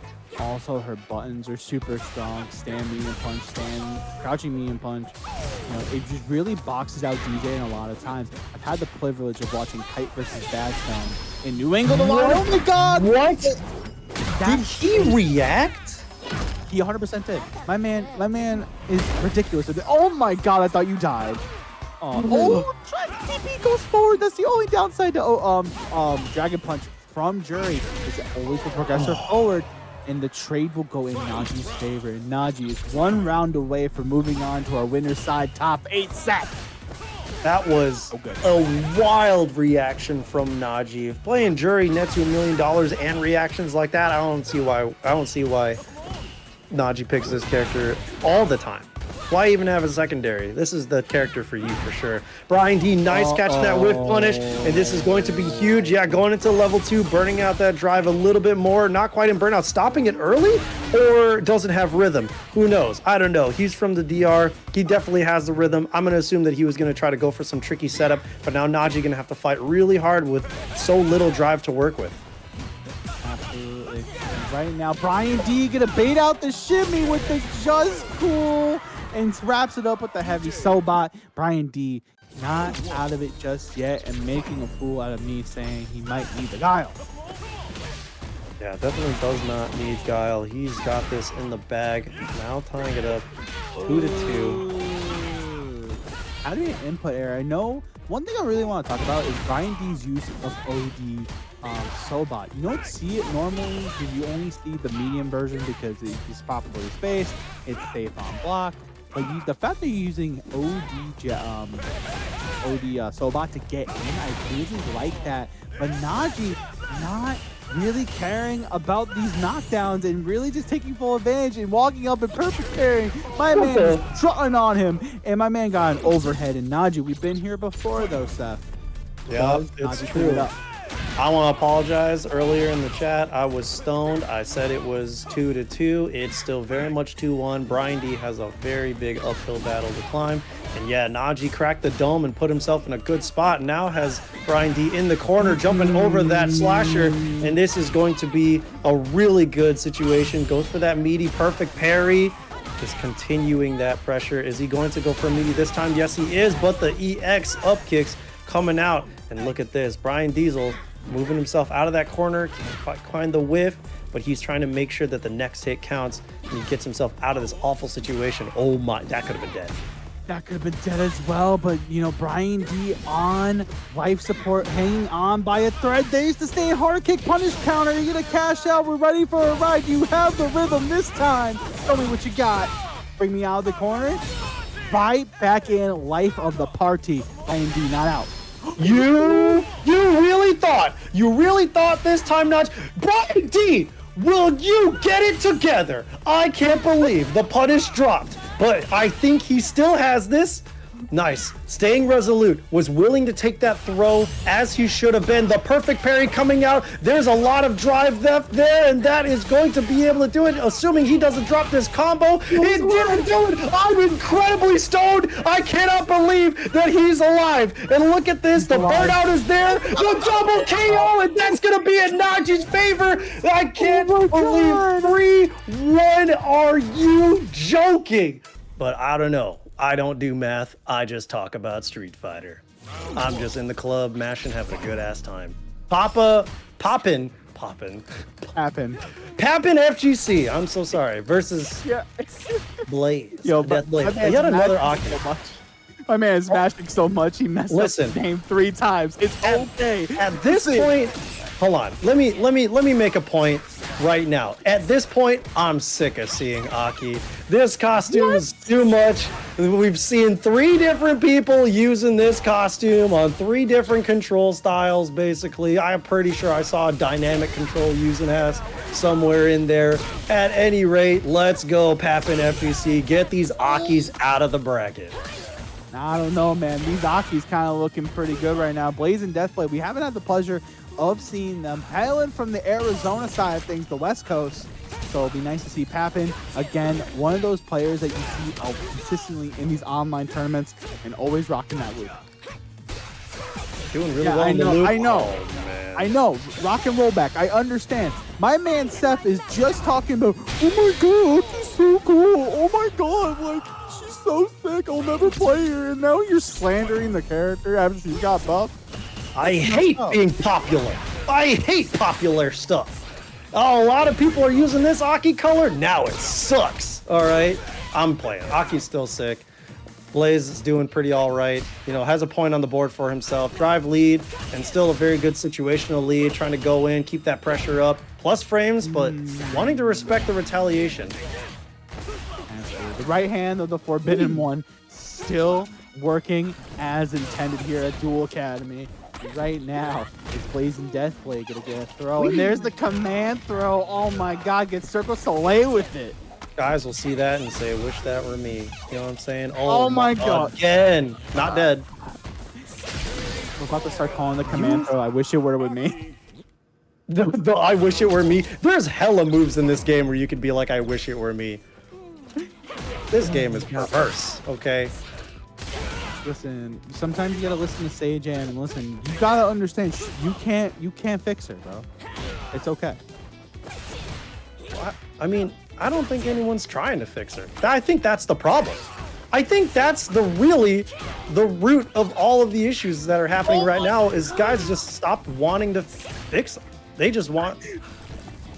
That's the best part. Exactly. That's what I'm saying. Mangaka in the chat holding it down. Shout out to Dragon Ball commentator finest, also Street Fighter commentator finest, hailing from Colorado. We see West Coast hanging out right now, and Papin gonna bless the legs. Full confirm with the crouching medium kick into the corner we go. But BlazeDeathBlade out. We out. Like a little snake. Like a little snake. Oh, that was almost probably dead. Burn out. You can't block all this. Gonna block all this. And now the cruel fate into the follow-up dead as hell. Listen, sometimes the life they just go. Ding. Ah! Oh, nice. The backdash. Keeping it slippery, but does not go to the other side. The drive reversal, and now looking really dangerous in that drive department, Papin, but still in a good life situation. But now it's really bad. Where's the mash coming out? Where's the super gonna eke out? Is he going to be able to survive this situation? Look, Blaze trying to keep it unpredictable, not going right into the DI as he's probably buffering the perfect parry. But now look at that. The drive is recovered.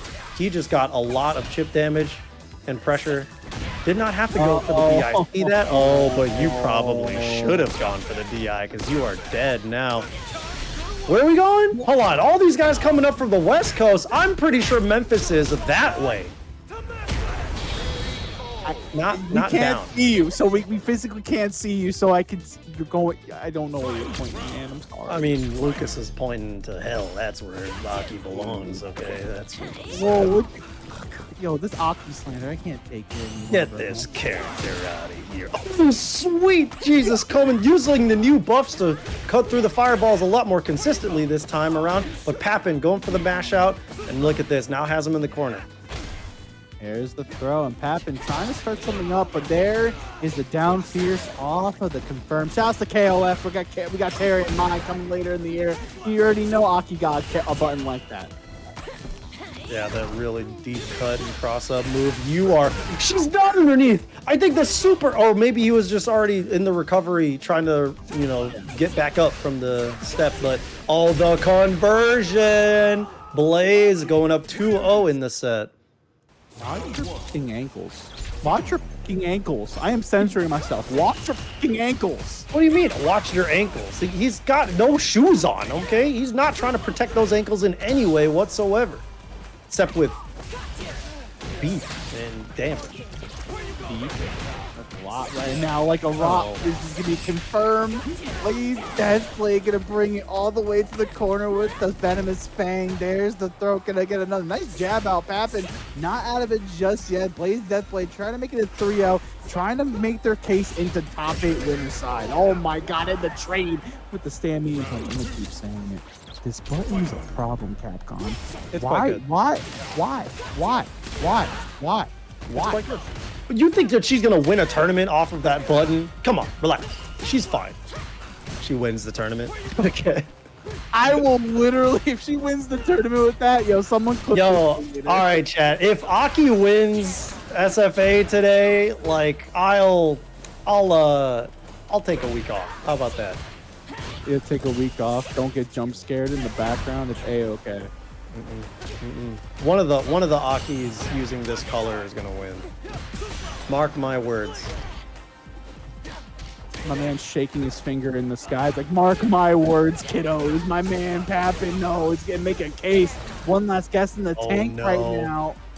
Spent the EX, but not having enough. Yeah, okay. Tried to get tricky with that DI there, but did not have any armor. Any button that Papin was going to put out was going to blast through you. But now BlazeDeathBlade trying to secure this set. Sitting at set point, but Papin keeping it alive. Back throw incident. BlazeDeathBlade trying to make it have time to go to work. And no! We're not going anywhere. We're going right back home. We're turning the set off. We're going back onto the couch. I can't believe that got blocked and into this full level 3 combo. Look at how much damage it's about to do, and she's got more pressure after this. You thought this was done? Watch this. Boom! You're back in. I can't believe it, dude. That was sick. BlazeDeathBlade making sure you just one play footsies against that. In all honesty, Paladin's just stupid good. So an incredibly dangerous team. Perfect fit for Street Fighter 6. But now we got Enzo, the future, the young blood. Back up on the sticks against Crossover. My man should be doing summer homework and summer packets, but instead he's about to give a packet on some whoop-ass to Crossover. Yeah, he's got homework to give these guys about how not to get their ass beat like this. That's all it is. With punish with the... Yeah, that is crazy, right? But nice, that neutral jump coming out in work for Crossover. Caught that whiff punish there. I think we spoke way too soon. We absolutely did. Crossover. Let's be honest, Crossover has been shown to have a Ken in the pocket as well. Like, he's been rocking the DJ for a while. Crossover also qualified for Capcom Cup this past season. So it's really nice to see Crossover still hanging out in the online brackets, just like the rest of us, supporting not just the offline locals, but the online locals. But Enzo bringing Crossover to the corner with the safe jump. Here's the throw loop. Oh, the backdash, and he wanted to stay resolute. He wanted to keep that position, but still wanted to go for that throw. Did not want to block. I understand. Here's the thing, right? I understand the intention. Not wanting to block the second and third hit of that target combo, but the fact that Crossover is able to convert that into the super, this is so bad because the DI is coming out. He had to take his point to mash out of this, and the OD reversal. He's gone. She's not gonna. Oh, you just had to say it. My man was trying to he was running into the fireball. He's like, I gotta go. I was just stating what happened. I was just calling it as I see it. He wasn't gone. And then he was gone. And then he's like, that's my boy. No, my boy. Father, help. Father, help. Trying to keep that pressure on. Goodness, step kick, convert off it. Oh my god. Man, I love a good counter hit confirm off step kick, man. That's my joy. Fucking love Ken Masters, man. Ken is sick, dude. DJ's also sick, though. I'm sure people just have like trauma fighting against him because he just steamrolls people. Meaty as hell. Hold this too. Hold that mix, dude. Yo, Enzo. There we go. He's awake. He woke up for class. He's like, okay, it's time to go to school real quick. Oh my god, the Fierce is in Symphony. Oh my god, bad mistake for the perfect parry. Oh my god, take this stuff, take this stun, and Enzo the Hokage answering backstab. I can't believe that Enzo was still brave enough to just go for the DI there while level 2 was locked and loaded from crossover. But nice block on the EXDP. He's just going to let that machine gun punch rip, keep that corner pressure up. And look at that, the OD air slasher. He's just really locking down Enzo right now. And it's looking so bad because he finally gets that sway into the low EX and shot. Die! You didn't die, but the jab. To take it, crossover, still in it with the hood perfect. Yeah, we take those, right? You know, 100%. But still. Oh no anti-air. No conversion from that, or no pickup. Enzo playing uncharacteristically. Like, there are some places in which he's like incredibly aware, right? He'll still find the counter hit conversions that he needs, but then there are some where it's just like, you would not have normally dropped that. I wonder if crossover has just gotten to him. He's really conditioned the way that he plays his offense and the way that he's, you know, able to keep things technical, right? Crossover is showing incredible dominant force right now, poised to bring this set to 2-0 against Enzo, but Enzo, look at that, trying to jostle, play unpredictable, but still catches that OD Sobok to the face, and now, maximum, crossover, up 2-0. It's looking pretty good for crossover. The one thing I really want to highlight, again, is just the recognition of space. I feel like, Enzo, to your point that you're making about how, you know, Enzo is not really, like, going for things that we're normally known him to do. It feels like crossover, without really doing much, has really just started the DJ game and really made Enzo second guess himself in a lot of neutral positions that we're normally not seeing Enzo deal with. Yeah, like I mean, we're definitely seeing, okay, nice. We're seeing crossover be a wall, right? We're definitely seeing crossover put out a lot of buttons, you know, mash in places where you would expect Enzo for him to respect, and, you know, it's just not a good, comfortable place for Enzo to stand at any point in time or for him to approach in any way. So look, you're seeing him resort to a ground game. You're seeing him be really, really nervous about tick throws. Even though crossover didn't even make the approach there, Enzo's kind of just like on an autopilot for crossover's offense because of what crossover is able to establish earlier on in the set. And now we're seeing this difficulty for Enzo in trying to make this readjustment, trying to stay aware. But nice, the anti-air, hopefully that's going to be the start of something good, the start of a pressure. If he's able to, you know, reestablish and recondition crossover in a way that is escaping me right now. Yeah, my man is locked and loaded. Crossover, 1 round away from moving on into our winner side top 8. Enzo's got to do, you know, in the wise words of Yipes, he's got to raise the difficulty level just a little bit more. A nice catch on that drive rush, putting out that crouching strong. But no, did not have the cross cut there. And it was so ambiguous. I don't blame him.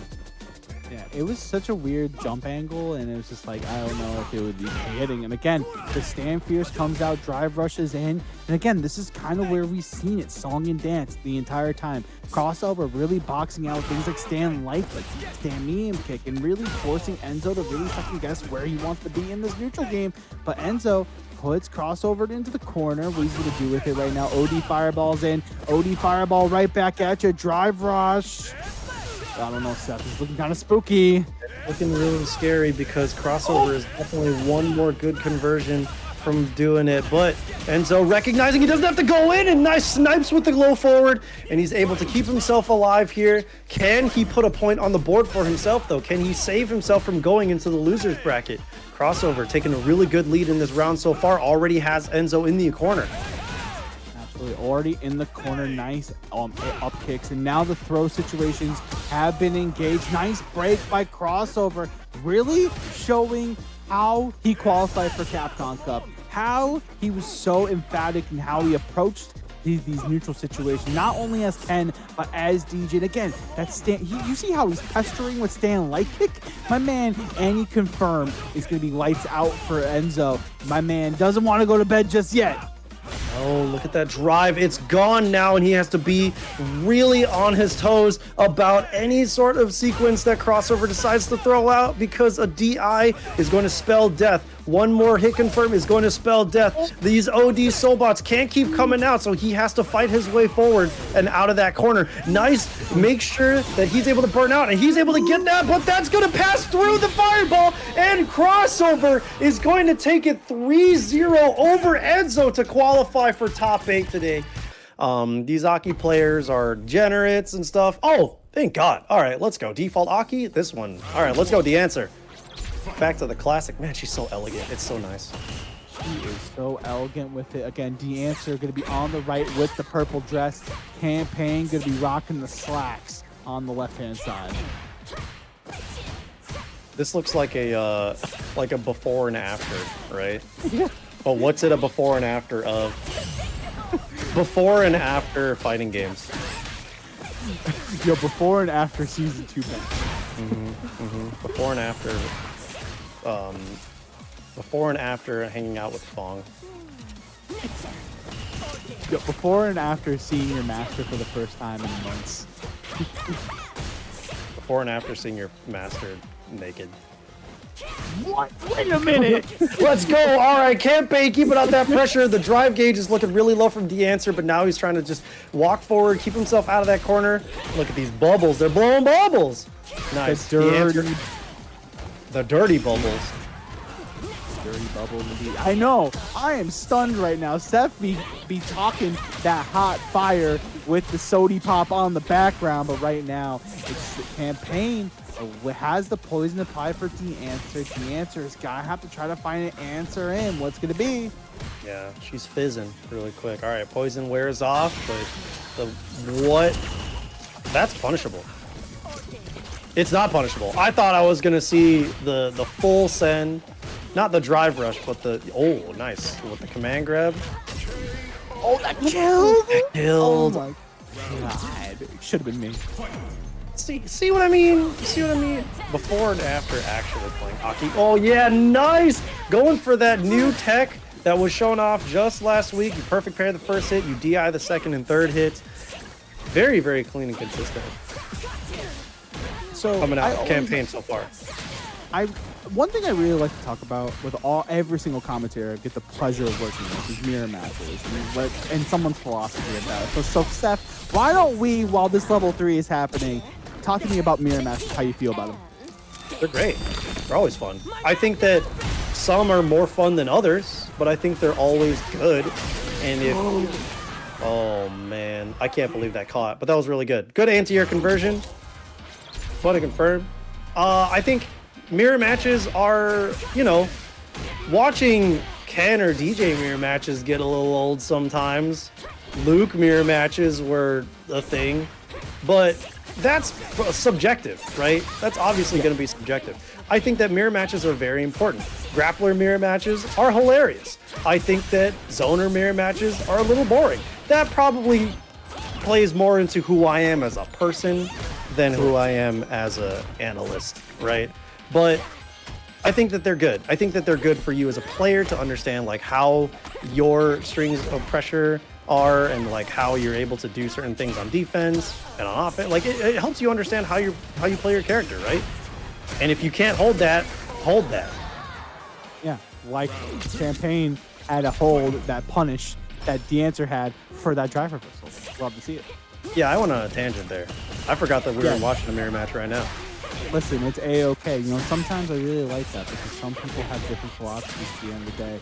And it's also the idea of, like, you learn something about where you should be potentially in the mirror match. You know, sometimes having that mirror match experience really does help in the long term. And right now, the answer, you know, using that mirror match expertise that you're probably getting right now, if you're an Aki player, with these patches, with these buffs and campaign. Oh my god, try to shimmy with the stand roundhouse. No dice, it's the can. About to come out to play. Yeah, I caught a clean hit on the can. No conversion coming out of it though. But look at this. Look at the drive from both of them right now. And they're still trying to be aggressive on this. The answer got sniped low into the level 3. And now campaign going to tie up the rounds a little bit. Still up a point, but Still up a point and still in a situation where, you know, you have to burn the level 3, but sometimes burning that meter, guaranteeing the round, you know, in some situations like that are more important. Nice jab to smoke the overhead. I like to see that. There's the throw. Oh my goodness gracious. And there we go. Pestering again with the stand medium kick is campaign and the answer, right? That button got a little bit faster this patch. I believe now it's killing about 8 frames, and it's looking like a problem. yeah. It's looking like a problem right now, especially for the answer. Look at that conversion. And the DI into the wall. I don't know if he's got a route to be able to kill off of this. I don't think that... Yeah, okay. Yeah, okay. See, you know, Aki, Was the sun in your eyes? you know, Aki players. Boom, boom, boom. No. Oh my goodness gracious, Seth. Oh my god. We are in downtown right now, and campaign going downtown with that overhead, trying to make their case into the Aki mirror into top 8. Yeah, we're in the alley, just in the downtown area. One of these people are gonna die. You know, there's gonna be a body going down that door into Master Splinter's arms. Master Splinter for season 3. Just Or one of with the- Tifa. Oh yeah. Okay. Well, no. Okay. Look, 2 guest characters is sick, but I was really hoping for Poison. That was just, and I know I got Poison here, but I really want Poison. She's sick. You got Poison at home already. This is not Poison at home. Oh yeah, on Ed. Ed is Poison at home. That's right. Yeah, but that delay tech is gonna snipe out in the answer. He's like, listen, I got this at home. It's called a jump fears and a full confirm. No, that was nice and tricky. He had to hold that with the fireball coming down, and this is why mirror match is important. You got to understand how you deal with that pressure, and probably you're going to see some things that you don't usually see. Drive reversal, but the fireball was already gone. I'm pretty sure he was hoping that it was going to land in that, but the jump in did not spend any meter in order to convert for a kill if he was even able to do so, but nice. The answer staying alive and really trying to deny the set from campaign, but can campaign do it? Listen, my man Campaign's been campaigning hard ever since he got onto the scene in the later end of Street Fighter Academy, in the end of season 1, now into season 2. And Campaign's become one of those faces that you see in these online tournaments a lot of the time. It's been really nice to see. Hailing from the 404 esports, which is, I believe, in Georgia, my man can definitely been cooking up right now. And he's cooking up this Venomous Fang and set up the Orchid Spring. One last guess. Oh, what a big step. Get out of there. Okay, Bliff punished the OD Cruel Fate, and this is going to be very good. If he wants to spend that meter, go for that burnout pressure. He still has to respect the fact that there are still 3 bars on the other side of the screen, and the life is just about even now. So he still has to be, oh, and it didn't even burn out, but he still caught the snipe, and he hopefully caught that. There it is. Baits out the super and was able to stay alive. answers back with a very dominant bait. Incredible control in that round. Oh my god, where's the control? He lost it. We lost the control. He's lost everything. My man was ready for the punish on the back. Venomous Fang Trank. Oh, we're good. But right now, the answer. Okay, gain the jumping. Can engage. Nice punish on the stand. Fierce campaign. Not out of it just yet. Drive reversal coming out. Trying to deny it, but look at that. That stand medium punch that you love so much. So good. It's It's so so good. It is forward advancing too. Like, come on, dude. Oh, come on, man. Listen.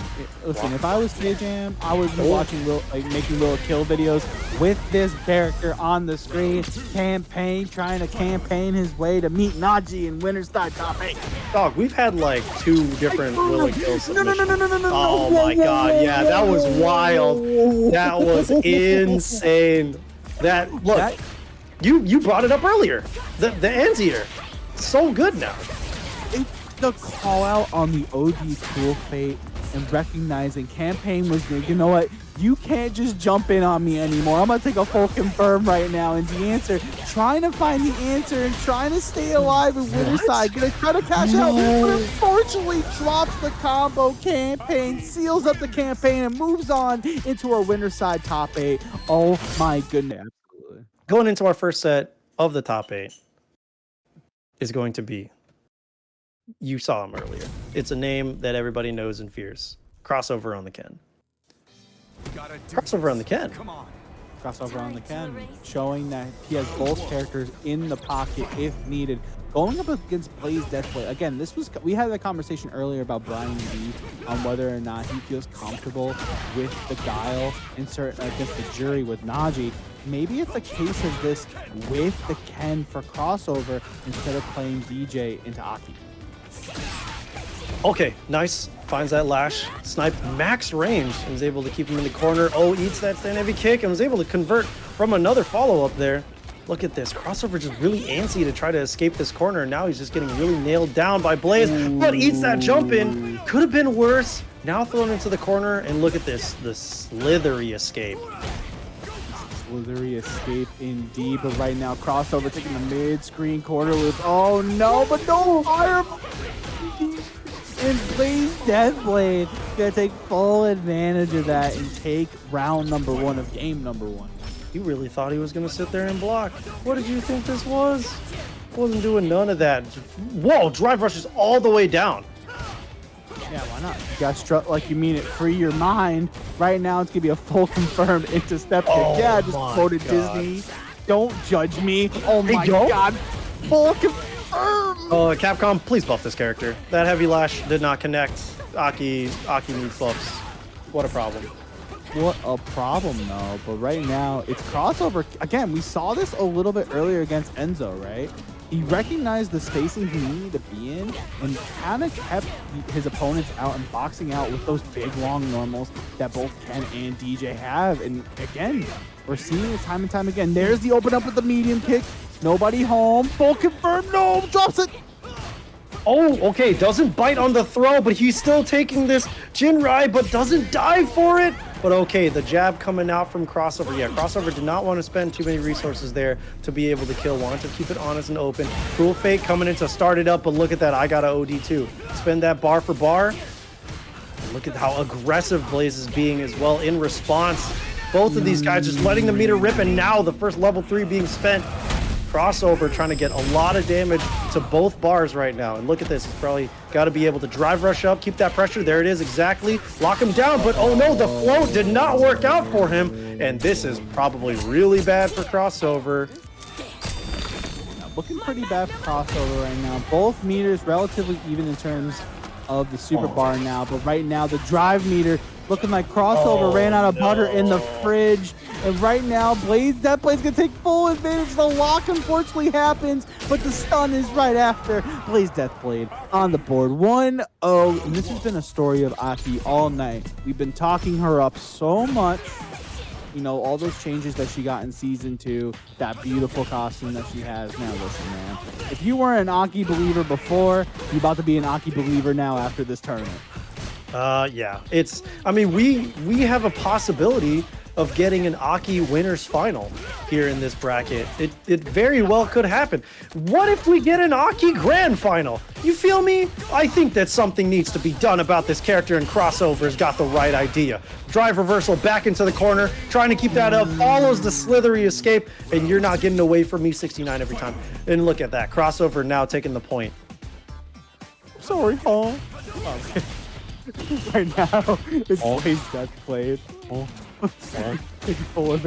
the cool fade. Unfortunately, getting baited, and look at that Crossover keeping that pressure. This is really good. Plus frames, and you pressed? Oh, Mavian is misinput on the OD Jinrai. Unfortunate, but watch your dome piece. You're getting opened up like an egg. Oh, opened up like an egg is right. Crossover coming in with the jump in and going for the Shippu Jinrai Kyak, keeping it open mid-screen, but you are not. Nice awareness from Crossover to see that OD Fireball come out and break it short, but wow, the cut through. Look at this. Look at this great position for Blaze right now, but the escape. I like the walk under by Blaze, but now Blaze in a bad spot. What the cruel fate into the level 2 pull up again. You know, that level 2 spend, I love it. You know why? Because you're about maybe 1 or 2 interactions away from having a reversal level 1 if you need. Now, again, 1-to-1, game 2. There was that, but there was also, that was the only way that he was going to be able to kill there, and he needed to kill there. Why did that lash look like it cut all the way through? Okay, look at this Crossover control. Crossover control. Eye on the prize, says Crossover. Trying to keep his eyes on the game, but the back throw incident. BlazeDeathBlade trying to make it happen. Nice block on the overhead. Crossover not asleep at the wheel just yet. Heavy lash. Oh my god, that's dead. Oh my god, pack it up. Here we go, level 2. It's a pool party, and it's a 2-0 lead for BlazeDeathBlade. I can't believe this, dude. I can't believe we're about to see. Look, Crossover, I believe. I believe you can do it. I'm not trying to deny any Aki believers, myself included. I'm just trying to drive the narrative that Aki is incredibly strong and somebody needs to complain, okay? Let me complain. Let me cook. Are you trying to be the guy on Twitter who's like, oh, should be nerfed already, what? So many buffs. Oh my god, that heavy lash just got cooked. Cooked. Absolutely cooked. Absolutely. Roasted. Dragon lash confirmed. Oh my god, that is a thing of beauty. Listen, there's a few things in this world that get Cloaky excited. It's Dragon Lash loops and some good ass Street Fighter 6. I mean, some good ass Street Fighter 6. That is right. Shippu Jinrai Kyak. Look at that. The level 2 being very, very smartly spent right there.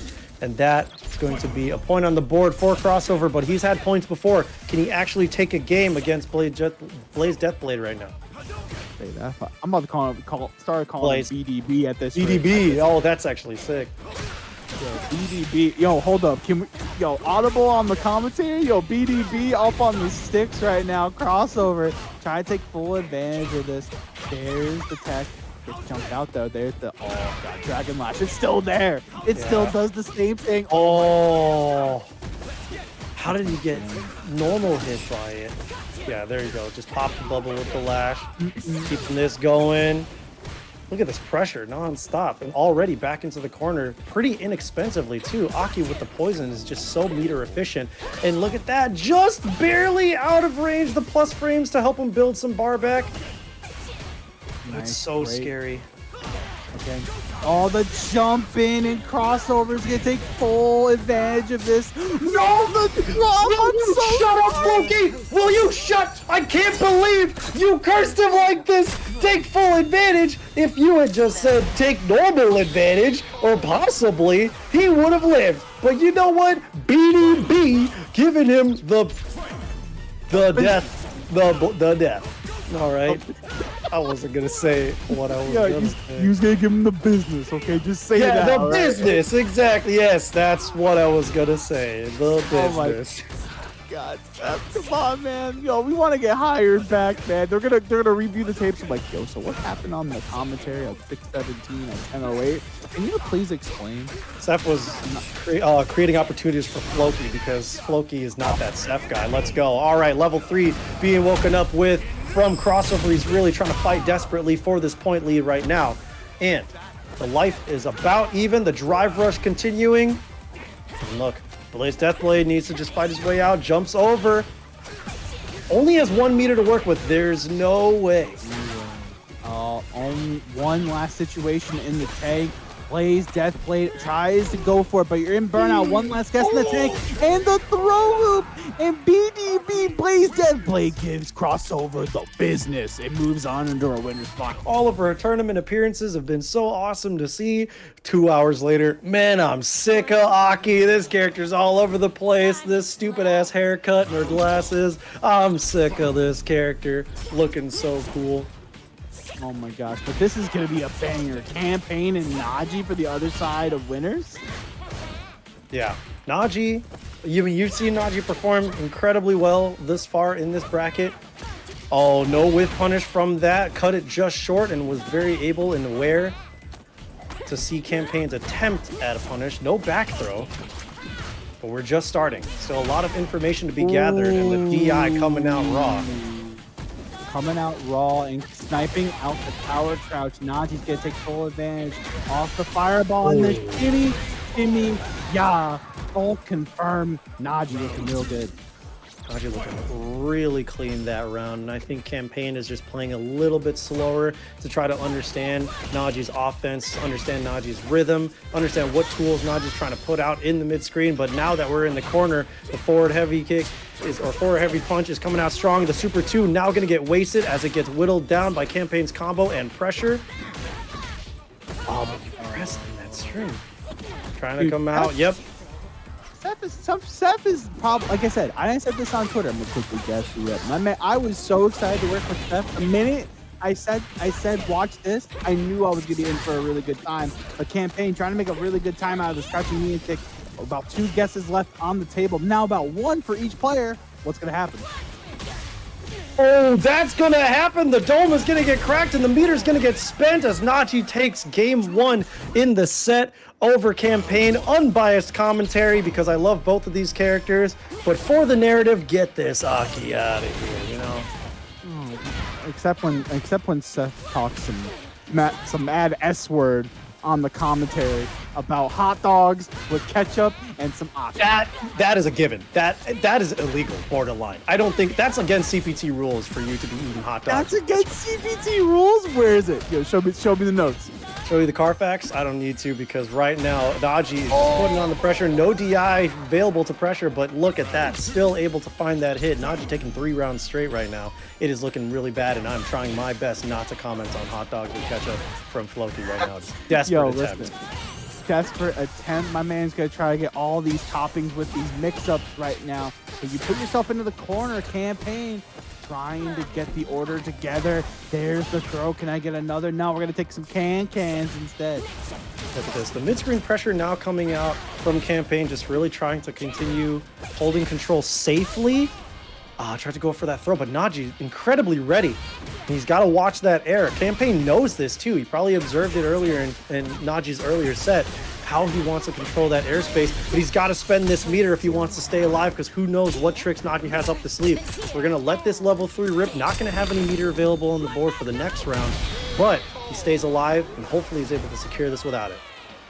Actually, the fact that in this game specifically, you build meters so fast, at meter expenditure, you'll still get at least a level 1, maybe a level 2 if you're looking real good at the end of this round. But Naji trying to close the door early, gonna step on him respectfully, of course, and get this meter build in this life game.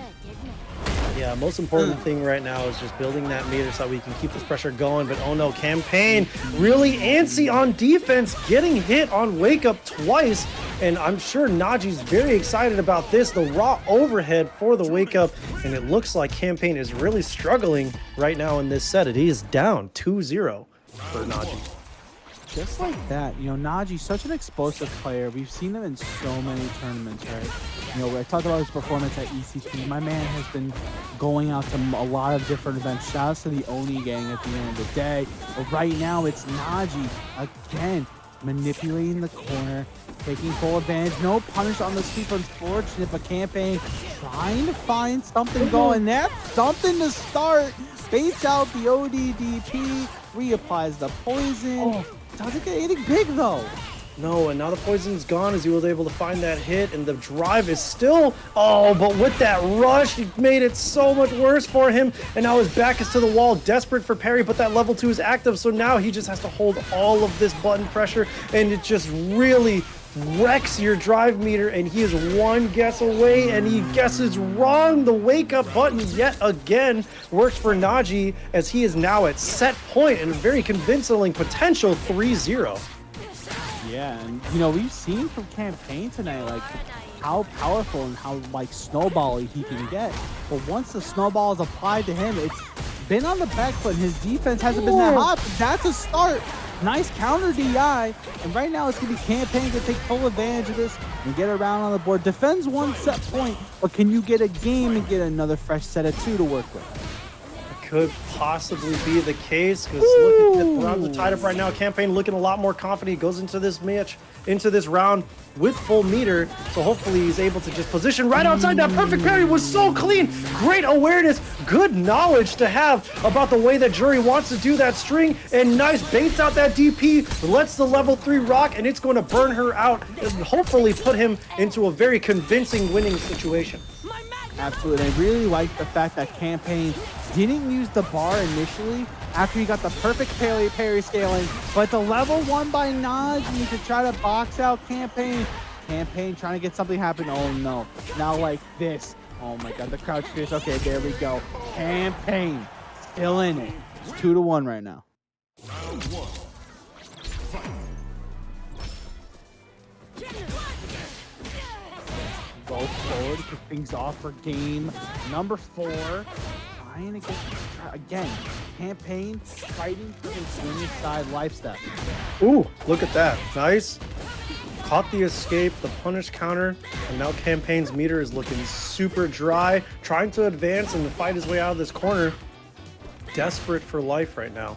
And look at that, just a hair. Gonna blow him a kiss, but actually is just gonna get the punish counter instead. Goes for that DI, and this is going to be a very dead Campaign. And now once again, Naji at set point here to move on into the winner's final.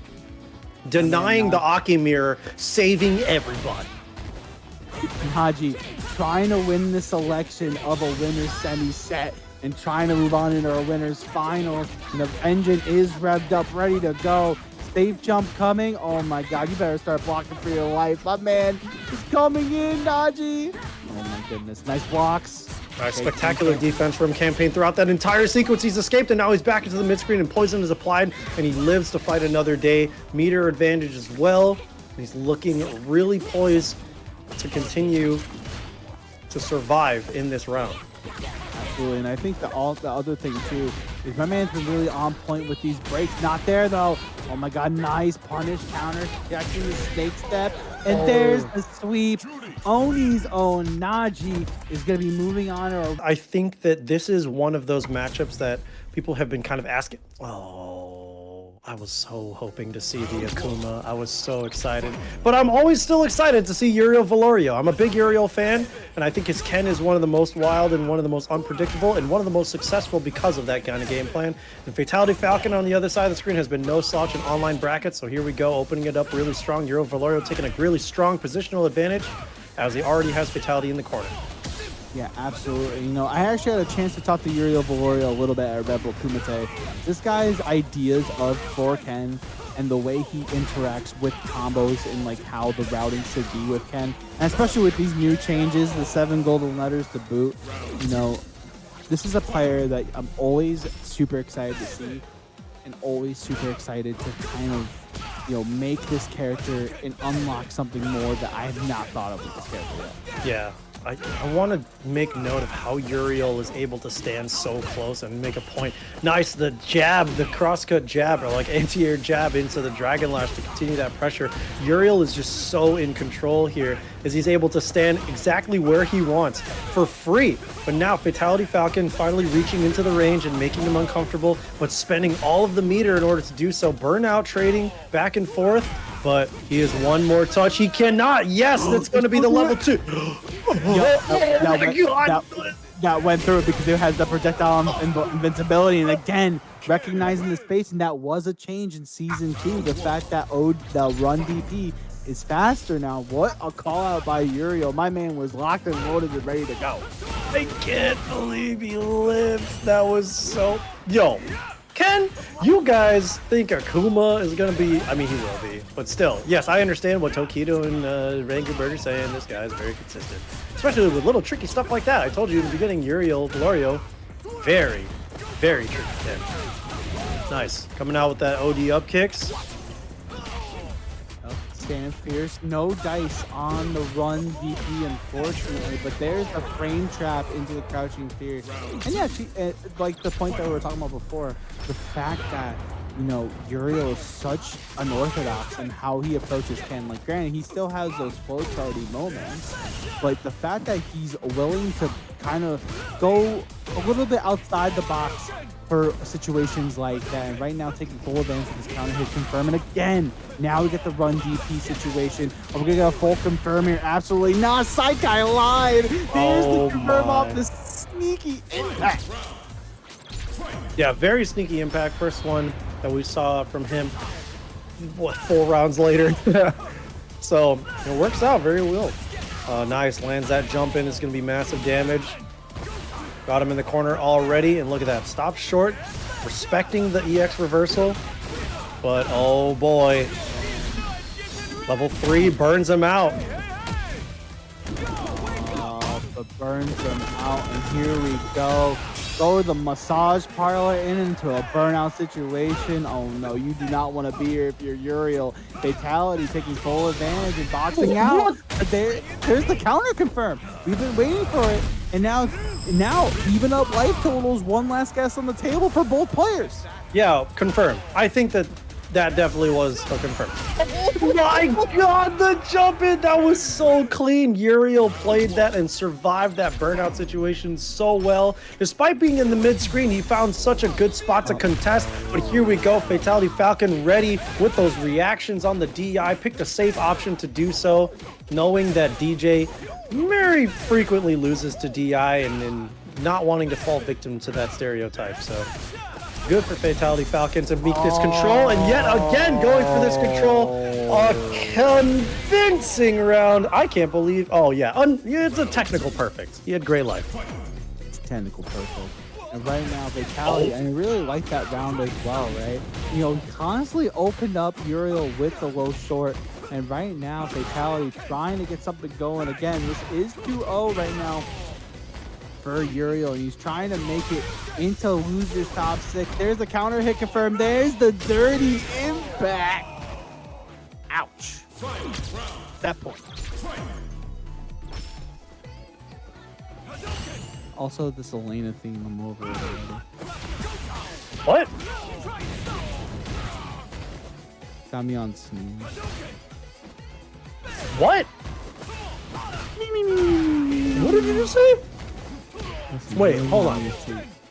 Healing got me asleep at the wheel, bro. But right now, this isn't even from the healing. What the? Hey, well, listen, right now we gotta stay focused and stay on target. And Uriel Valorio one interaction away. Held the parry for too long. Fatality's still in. Oh, the level 3 anti-air, that actually connects. That's so crisp. I'm going to take this quick moment during the super to say that you're a fraud. I can't believe you talk shit about the Third Strike soundtrack like that. That's ridiculous and against our FSP religion. That's beats in my head! Beats in my head! It's Beats in My Head Street Fighter 4, man, and Fatality says, listen, shut up, stop talking about the music, let's get back to the match. Yeah, true. I can't believe Fatality was able to keep himself alive like that. That's actually kind of cool. Yeah, that was pretty good. That was pretty cool.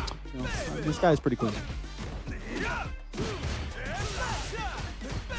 Elena's third strike theme is not in the game? That's stupid. That's pretty stupid. But it's probably because it's going to be paid DLC later, knowing that we're going to buy it. I'm hella going to buy it. Oh, no. Oh, they're going to add it when she gets added. Smart move, Capcom. I see your game and I respect it. The drive reversal coming out, burns him out in the process, but baits that up kicks. Was not going to try to spend meter to do it. Does another up kicks, willing to burn himself out in the process, but now Fatality Falcon is in a disastrous situation, and Uriel Valorio took advantage, now bringing himself up at set point with that run DP.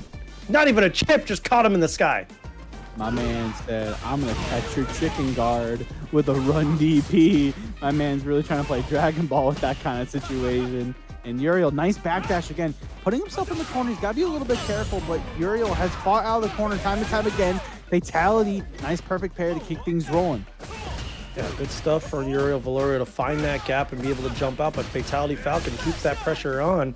Look how much of that drive damage he just did. And now he's trying to do some more. And look at this. I'm sure this confirmed was probably going to go into a super, but he did not get it.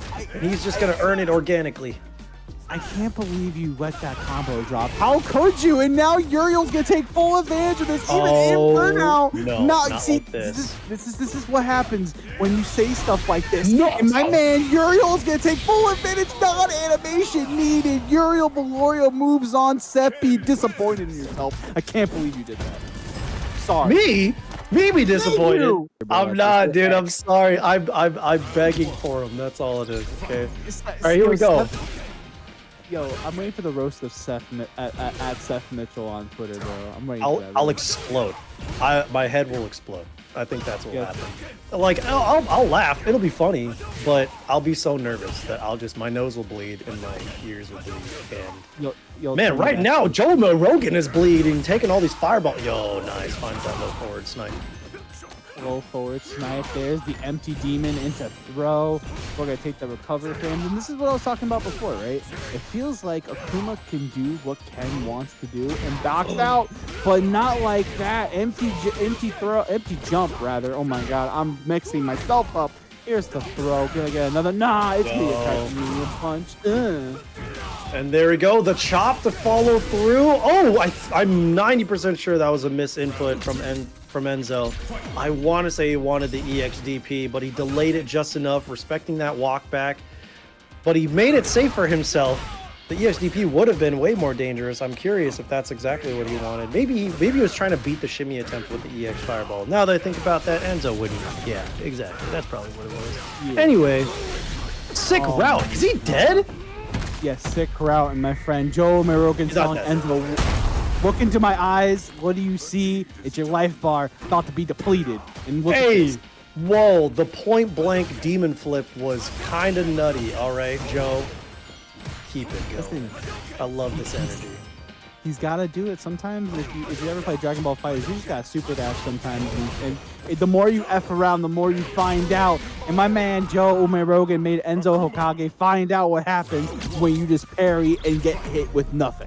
Yeah, look at that stutter step. He was making Enzo really nervous that he was going to press a button, and he was getting caught by the buttons too from Enzo, but he was really staying resolute and wanting to walk forward and make Enzo uncomfortable. And look at this now. He's in such big control. Lock him down in the corner already. Can't afford to take these fireballs. Not that much health. One tap is going to be all she wrote, depending on the route you take. And right now, again, JoeUmerogan's kind of zoning out these fireballs with the forward medium kick. And again, that recovery is so fast. It's ridiculous. Yeah. Okay, the back throw, the drive rush. You know what? One thing to point out. Oh my God, the snipe though. Hold on. Nice perfect parry. Oh, but he lets it rip. The plus frame's still on it though. Is he gonna do the Shippujin Raikyak? He should. Yes, he does. The toe step into the level 1 actually, and makes it work for him. One thing to point out. Listen, if you are struggling to get into Masters, if you feel like your rank or your MR is really beating up your psyche and you can't beat all these players, let this tell you that JoeUmerogan, a diamond player, is taking down potentially a legend and contending on the same level.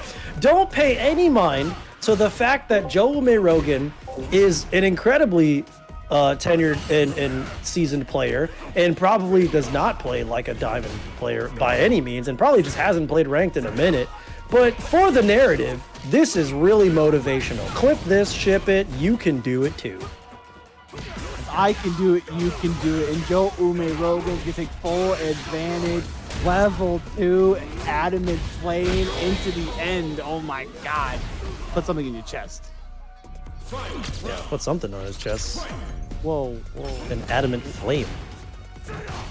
By the way, the names of Akuma's moves in this game are kind of ridiculous. Adamant Flame, Empyrean's End. Empyrean's End is sick. Okay, I'm not sold on Sip of Calamity. What? It's a little. Just take a little sip of Calamity. That's just a little sip of Calamity. Just a little from sip right of now. Calamity. Yo, you guys want to sip on some Calamity? You know what's the special at the bar tonight? You know, sip of Calamity. Yeah. Oh, tonight's special we have the Sip of Calamity. Come on, bro. Game before Capcom uses that at all their events this year. Yeah, that's the next Chipotle. He does not have the health for this! That was the only option, unless he was gonna EXDP past it. That was all he was able to do, but he did not have the health to survive that situation, so Enzo able to tie it up 1-1 now in this set. Look how Joe is able to approach this. Enzo is standing firm and willing to take a throw, willing to let him walk all the way in, and maybe he should have, because look, blocking that EXDP against Akuma, he's gonna take an inch and run a mile, okay? Oh boy, what a backdash catch, what a confirm off the stand light kick. Which, by the way, that button is 5 frames and disgusting. that is upsetting for sure. With the amount of range that it has, that is upsetting. 34 points out in the chat. Your characters sort of automatically get put in Diamond 5 when you had Masters and Diamond ranks.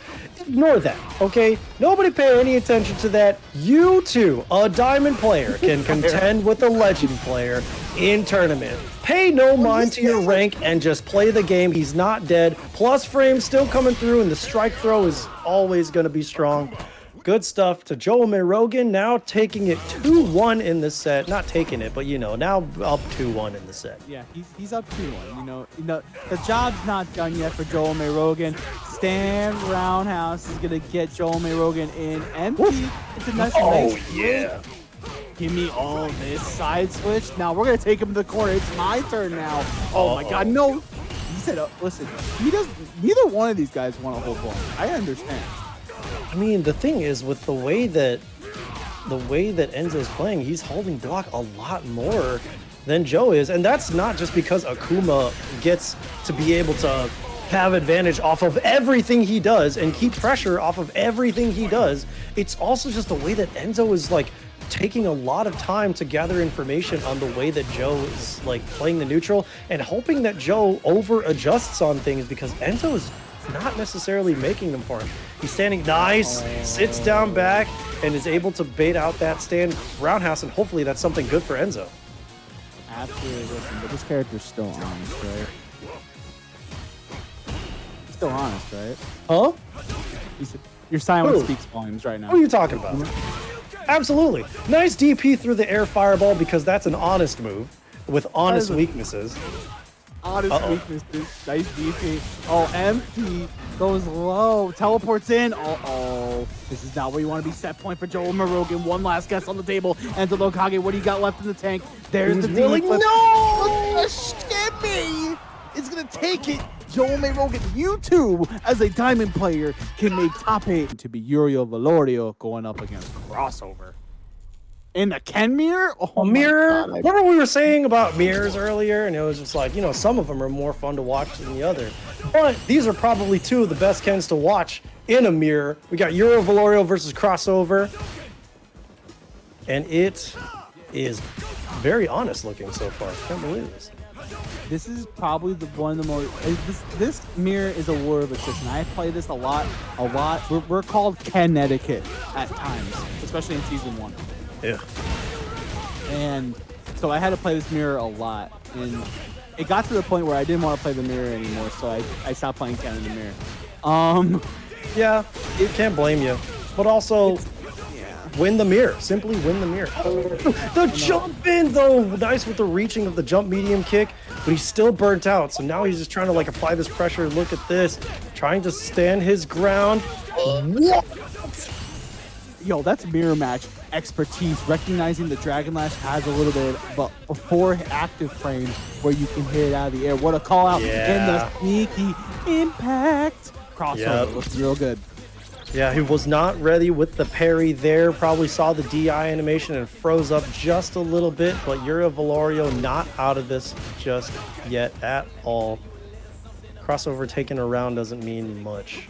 So you got two of the best Kens in North America. I would say so, right? And I think these two players really exemplify what you want to do as Ken. Nice block on the meaty overhead. Love to see that. Nice counter poke. And again, these are two players that have really like pushed the boundaries, especially Uriel. But nice level 1 unhand me. Give me this side switch. Chasing behind the EX Fireball to keep things in his favor, but no shimmy punish there. I see, trying to go for, just the buffer into the Dragon Lash, and it's working out for him because he's able to keep that pressure, brought him to the corner, but the perfect parry, now back to the wall there, not willing to let Crossover take the lead there as he snipes with the low forward and now ties it up in rounds. But let's get it into the corner we go. Crossover looking real good. Safe jumps in, no dice, counter hit, confirm, or even life. Ooh. Uh-oh. This is looking kind of spooky already. Like, Uriel already on the back foot a little bit. It's gotta be weary, but nice jump on the fireballs, but doesn't confirm the combo, though. But it's A-okay. We'll take the throw instead. Trying to knock on the door with Stand Fierce. Okay, the DI. He just decides to burn out into the level 3. I think that with the Jinrai changes, does this kill? It does! Okay, very nice. Yeah, that's right. He gets more damage off of that now, doesn't he? The OD Jinrai, I believe so. One thing to note, OD Jinrai, the way it works now, I mean, it's still similar. The big change to Jinrai was with the heavy ender and also the medium ender. But right now, Crossover, again, boxing out Uriel. Nice counter confirmed. Both these players going to the well. Uh-oh, you are dead. Incredibly risky DP from Uriel, and good stuff for Crossover to be aware and block that. Trying to fight back right now. Fight back! Fight back! Fight back! Fight back! Oh no, again! Yo, every time I see yellow and I see counter hit on my screen, I'm like, what were you pressing? Oh my god, what were you pressing? Perfect parry on that. Going to the corner. Full corner, man. And these stages are pretty big too. Ken's carry is insane. I'll never stop saying that. Ken's carry is insane, but you know who's carry is also insane? The back throw incident. You're gonna be looking real good right now. Yeah, he's catching strays. He's not even on the screen. You might see a switch. Oh, tried to catch a whiff punish on the axe kick. Did not happen, but nice. Trying to integrate into Uriel. Nice punish on the Jinrai. Cleans it up with the level 3, and it's going to be a 1-1 situation in the Ken mirror right now.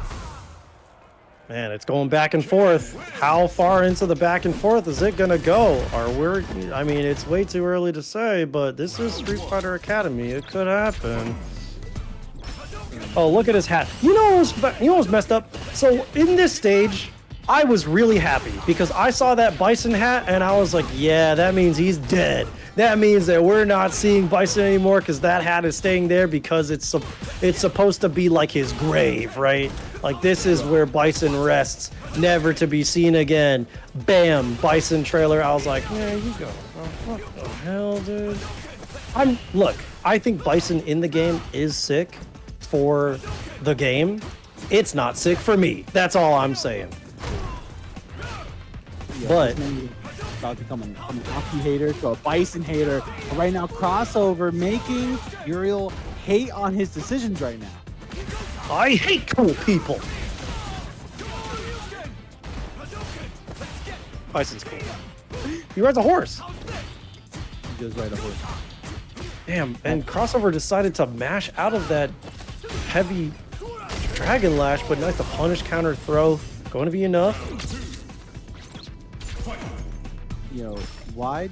Every time I see the horse, why do I think of it? Ed and Nettie with Ralph. And he's like, that's my horse. Every time. What? You've never, don't tell me you've never watched Ed and Nettie, bro. I've watched Ed and Eddie. I don't know that one. You've never heard That's My Horse by Rolf? Oh my god. Listen, I know the #1 Rolf quoter, Spin Infinite. He quotes Rolf like it's his job. You know, he quotes Rolf like that's his, like he knows the guy IRL. Wow, what a whip punish. Nothing really coming out of that. Oh though. my god. But he never once said, that's my horse. I'll bet he has, like once he saw the Bison thing too. Nice light confirm into the super. Gonna help him recover that drive gauge. Should be back up by the time he's gone. Drive rush? Yes, immediate drive rush. That's Get my him to drive block. rush. That's my crosscut, and that's my OD fireball. Uriel Valorial evens it up. Yeah, we'll never see Nash. Nash is not coming back. Nash. Wait, we thought Bison was dead. Why would we think Nash is dead? What are we, stupid? Nash for season 3. Matter of fact, Goken for season 3. Okay, for Matter of season fact, Gen for season 3. Who else is now dead? we're talking. Who else is dead? Matter of fact, Chun-Li's dead for season 3. Oh, but right now, Uriel looking almost dead right now with this situation that Crossover is putting him in. Oh my god, the blight, it's confirmed, it's the 3rd strike, y'all, level 2. God damn. You know what? Goken for season 3. Yeah, that's what I was saying. I know that's what you said. I'm just agreeing with you. Okay, alright, God, alright. You know what? Evil Ryu. Screw Kage. Oh yeah, no, man, I like Kage, dude. I thought Kage was sick. I want Evil Ryu. I thought narratively Kage was cool. I think that his design was a little silly with the horns, but I thought that Kage as a character was sick. You know what? Nakali for season 3. Hell no, get that out of here, bro. All right, let's go. Let's get back into the set. No more goofing around. Oh my god, no more horsing around Crossover trying to make it a 3-1 situation. Containing Uriel, but drops the crosscut. Unfortunate. Kind of a rare one. Not meaty enough, though. Was not able to get a conversion, but the DI really tricky. Nice confirm there. Oh, And he baits it. Oh, ay, my Dios mío. That's all. That was sick. That was sick. I learned something. Yeah, it's great. Yeah, sometimes you guys see. Oh my god, Dragon Lash. Oh my god, back throw incident. Sometimes you gotta make. Sometimes you just gotta make noises on commentary. Just a burnout immediately. Where's that Dragon Lash? He's gonna try to keep that coming, but I'm sure he knows Uriel Valorio is gonna try to jab out of it. Uriel Valorio is now antsy. The punish counter on that, I'm pretty sure that was in a flow state. He could have gotten something, but with the retaliation, he was ready. He orchestrated that situation. He was not mashing a reversal, and now he is dead. Crossover, tying it up in rounds, and really trying to take this home as he is at set point. Set point engage. Or oh my god, clashing with the fireball with the OD fireball. Crossover blocked and loaded, and so is Uriel for this last round situation. Hot overhead. Watch your dome piece. Oh, perfect parry. We're going to the corner. This is where you want to be. crossover. Here's the throw. Keeping things safe, trying to go for the tick throw, but the snipe with the low forward, full cash out. This could be death. I'm pretty sure with the low forward scaling, it might not be able to, but Ken does a lot of damage, and it's still level 3, and that's gonna be enough as crossover takes it 3-1 over Uriel Valorio, knocking him out of the bracket and moving on into the losers semifinal. And Mel for season 3. Who else? Giles kids. I swear, Both of them. I thought you were about to say El Fuerte for season 3. I would have cried. Ugh, I would have vomited. Why would you? Ugh. I don't know. Oh my god, the Venomous Fang threw the fireball to open this up, and now already in the corner campaign. Hold on, let's get back to the set. JoeUmerogan on the Akuma against Aki. You know how much damage this character does. That is in reference to either of them. Here we go, the Adamant Flame already coming in. The chop, keeping things plus. But nice, stopping that pressure, sniping that fireball, and trying to stay alive. Upright stand fierce right now, and I really like to use the forward fierce from JoeUmerogan all night. I've been really enjoying it. It just keeps him at a perfect range where if it hits, you can confirm off it, and if it doesn't, you're perfectly spaced where you're not going to get punished for it. Throwing that poisoned orchid right now. Oh my god, the punish! What a catch! And a meterless conversion was able to do it as that poison was still taken and caught the explosion. And that was it. He's perfectly spaced out. Perfectly spaced out for that drive reversal, recognizing it was going to whiff at full send. There's the... I did not know it gave that kind of juggle stay on punish counter air addition. Oh my goodness gracious. Campaign ready. That stand medium punch. I'm going to keep talking about it, chat room. I'm going to keep saying it. That punch is so good.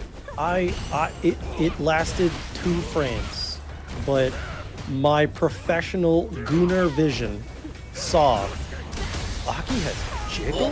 That's crazy. Nice with the DI going in, and that's going to be confirmed into the level 3 to take game 1 for campaign.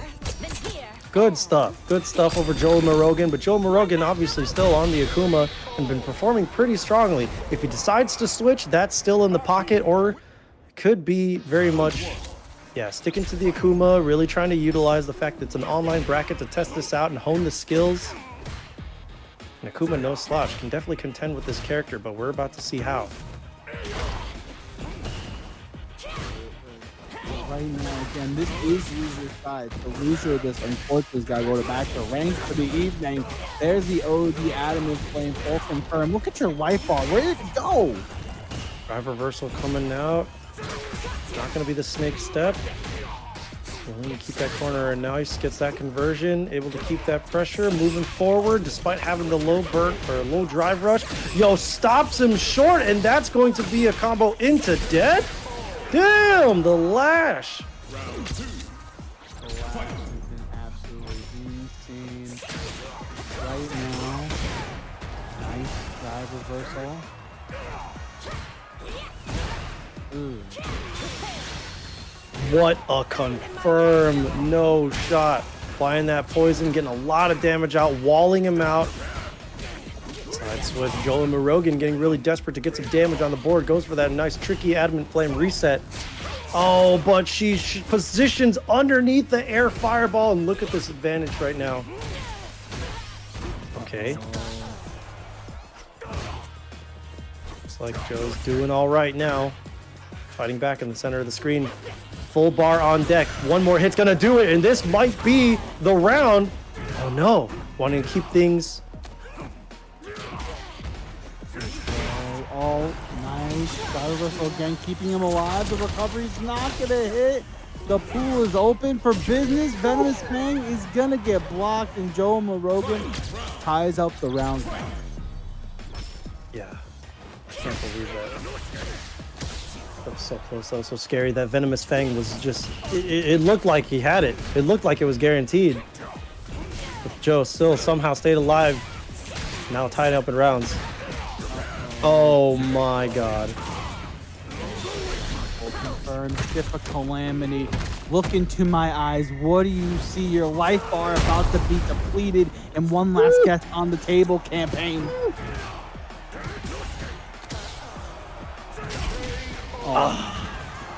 That forward heavy punch, dude. It's criminal. It's ridiculous. It's very criminal right now. That forward fear's been putting up so many numbers for JoeUmerogan tonight. And right now, again, this is loser side action. Losers does go a little bit home, maybe goes to bed, and you know, if they went to their friend's house to play at the tournament tonight, it's like, well, I gotta go home for the night. I'm sorry, I'm out. I'm sticking around. They're gonna hear about how much BS this Aki character is. Or this Akuma character is, depending on who wins. JoeUmerogan now out of that corner, back to the wall and low on the drive gauge. Poison is ticking down, he's fizzing. But nice whiff punish on that, spends that bar just to be able to get that kill. JoeUmerogan trying to keep the momentum from the last game. Looking real strong right now. JoeUmerogan trying to get the match lead right now. Because right now it is 1-1. That pivotal 2-1 always important, especially in these kinds of sets. Plus frames been nice getting that caught. Fizz trying to find that hit in order to stop that poison from coming down, but actually jumps himself into the corner.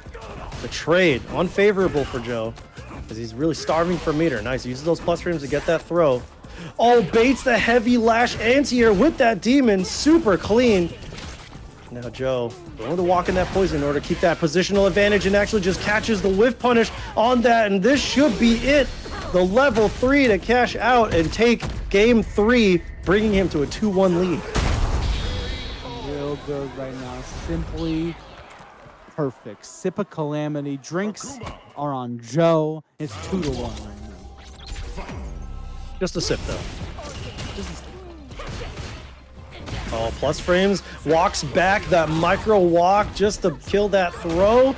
Double jump, oh my god, in order to bait that one too. And this is looking very commanding from Joe right now. Decides to go for a throw, thinking the campaign was going to tech that time too. Right. The low forwards again, that's +1 on block. Gotta start respecting that. But JoeUmerogan, you know, he has an emphatic life lead right now. He really doesn't have to do much to keep things rocking. Trying to bait a shimmy, or trying to bait a throw there.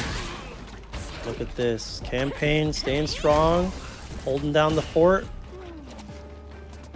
Ooh, trying to go into the stance. Keep things tricky, nice. but nice. Caught that demon. Uh-oh. My goodness. All right, JoeUmerogan, set point.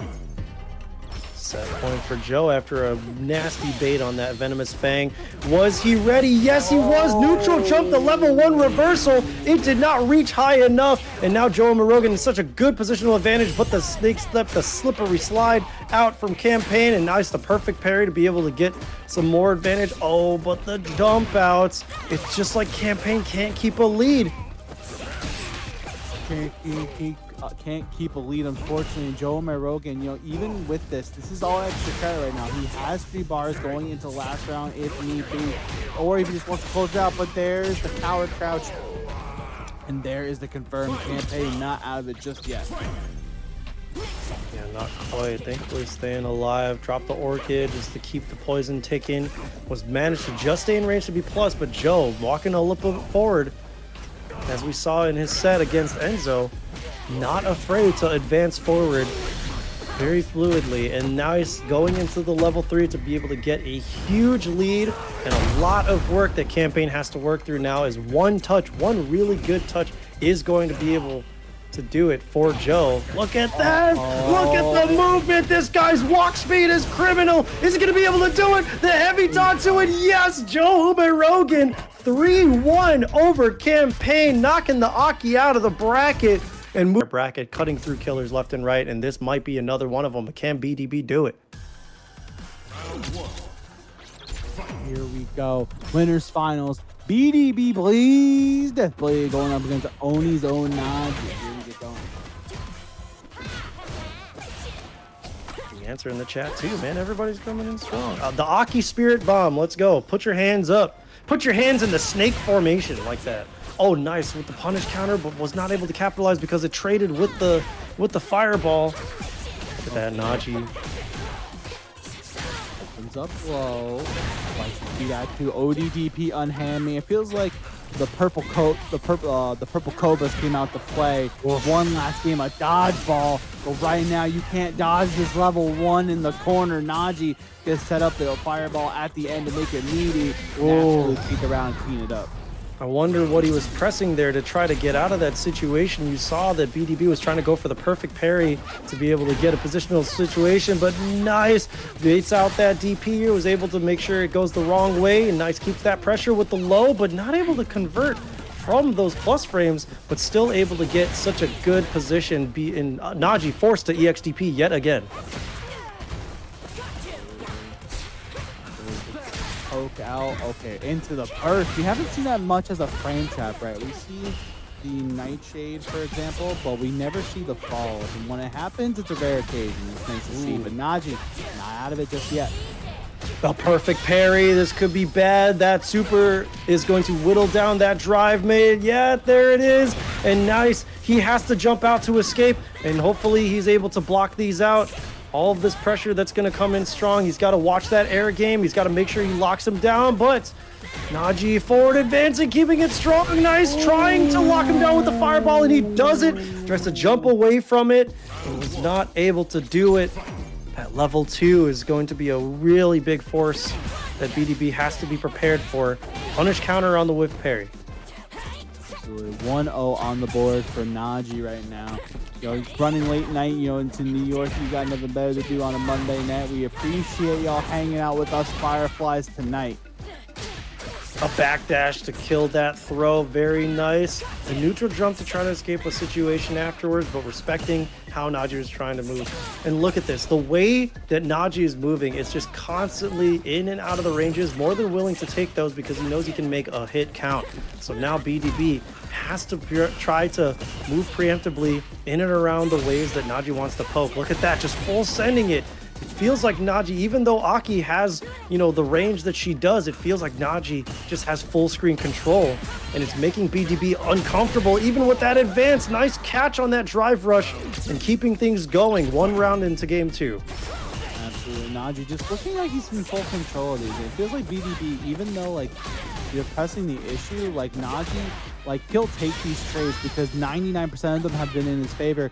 Level 2 engines engage. Oh my god, you just got opened up. That delay was scummy. Stood there, did nothing, and then just let that medium kick fly. But nice, actually caught him mashing, and he needs to capitalize. Be ready for any reversal. Be ready for a way out. The drive reversal comes out, and he needs to punish him hard for this. But no, he gets his toe sniped, and now he's thrown, and now his back is to the wall yet again. This is so scary. The normal jump. Whoa! That is definitely missing. 100%. 100%. Heartbreaker. Naji takes full advantage as the tournament player he is, right? You know, he sees a miss input, he'll take full advantage. But right now, it's a 2-0 lead right now in our winners finals. BDB not out of it just yet. Look at the way that BDB is positioning. It's never an aggressive position. He's always trying to be defensive. He's always trying to give Naji room to work with and just try to let him walk into buttons. Great bait on that EXDP this time, now making it worth it. And he needs to be ready for another one. What's Naji's reversal this time? He's got to know that this guy's going to play nuts. Okay, goes for the throw this time. Naji tries to mash out, but he kept it airtight. BDB now staying alive. A point on the board for himself and trying to deny that 3-0 as much as possible. Actually, nice anti-air, nice spacing trap, actually. With the Nightshade plus the heavy lash. Right now, it's Naji again, undeterred. Recognizing right now that you can just kind of take aggressive movements, but BDB's gonna take full advantage of that and get that damage added up. And right now, again, the OD Nightshade tries to set up the spacing trap again, protects himself, Naji, with the fireball. Oh my god, tries to get in, but the same kick. Oh my god, they are scrapping cells. Inconsistent. She needs buffs. The fact that didn't connect, that was a problem. Capcom, please fix this. Level 1 is a problem. Aki needs buffs. Yes, I love the way that BDB was positioning in that mid-screen, but now he's back to the wall and it's looking really dire. He's going to have to get expensive with the way he wants to push out, and you cannot bubble. You cannot blow bubbles in the face. You can't do that. You can't do that. Now set point. Set point for Naji. And this is looking really tough for BDB. Just goes for the command grab, the OD Cruel Fate. OD Cruel Fate indeed, but it's another one. And you have to enjoy that trip to the corner right now. But BDB, nice dash out. Now we're doing the Wednesday dance. Nice. Dashing out of there. The Wednesday Adams, yeah. Punish on that sweep. There you go. Did not get any big mileage off of that, but that's okay. Oh, he let him jump out. That jump heavy punch is such a problem. And there we go. You're just going to go into the level 3. Hopefully the light button scaling is not going to do so much to the drive damage that this will do. Not quite going to burn him out, but he's in such a good spot. He's got to make sure that he does not build a lot of meter. Look, he's staying. Oh my god, got a little greedy, but still blocked overhead. Now he has his drive gauge back, but the level 2 Not like this indeed. One last guess. Serpent Lash. We snake step out of there. One last guess on the table for both players. And I mean, BI. Unbiased commentary. Unbiased commentary, but it was just great to see more of this set happen because I feel like BDB is starting to figure this out, and Naji is going through a tear right now, and now he's starting to have to readjust the way that he does the offense, keeping things tight though, you know, making sure that these meaties are true because BDB wanting to get a little aggressive in order to take a lead. Oh no! Oh no, Naji undeterred from that situation. And again, we've seen him get up in this round count rather. And honestly, it's just a matter of closing out the set. And BDB, he's staying alive.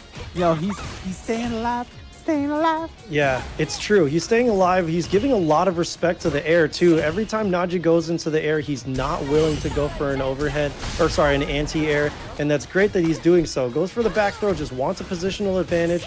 Wants to try to like whittle down that gauge, keep the advantage as much as possible. That's just far enough where it's not going to do anything. And we might see... Okay, just goes for more pressure. I thought we were going to see a combo into the Tate and Talons, but no.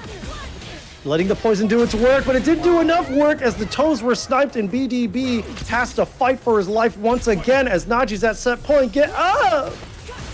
Get up. Fight back indeed.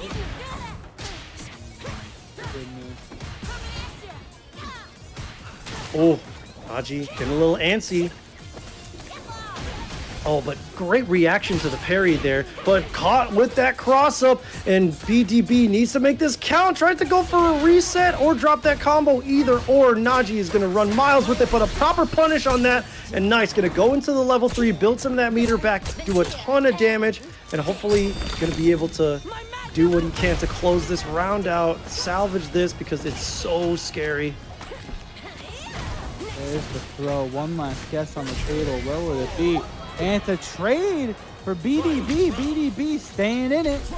Staying in it, but does not have meter to be able to take it all the way. So he's definitely fighting from a deficit right now. Nice. The max range slash connects. And look at this, keeping this combo damage going. Oh, but the EXDP, it had been a while. He had to be ready for it. And nice. Respecting the jump-ins yet again, BDB. Naji is just in so much control despite not having done a dive kick in a while. And the DP catching that neutral jump. Man, Naji, even though at a life deficit, still feels so powerfully in control. Uh-oh. Powerful in control. There's the sneaky impact, and Naji is going to clean him up with the level 3. And Naji's going to move on into our grand finals winner side. We are Street Academy number 44. GG's to both of these players. Playing incredible set. Naji, obviously an unstoppable. Hopefully that performance, that stellar performance that you just saw there in the winners final is going to continue yet again. But we will see as we go into our loser semi. JoeUmerogan on the Akuma versus Crossover on the Ken.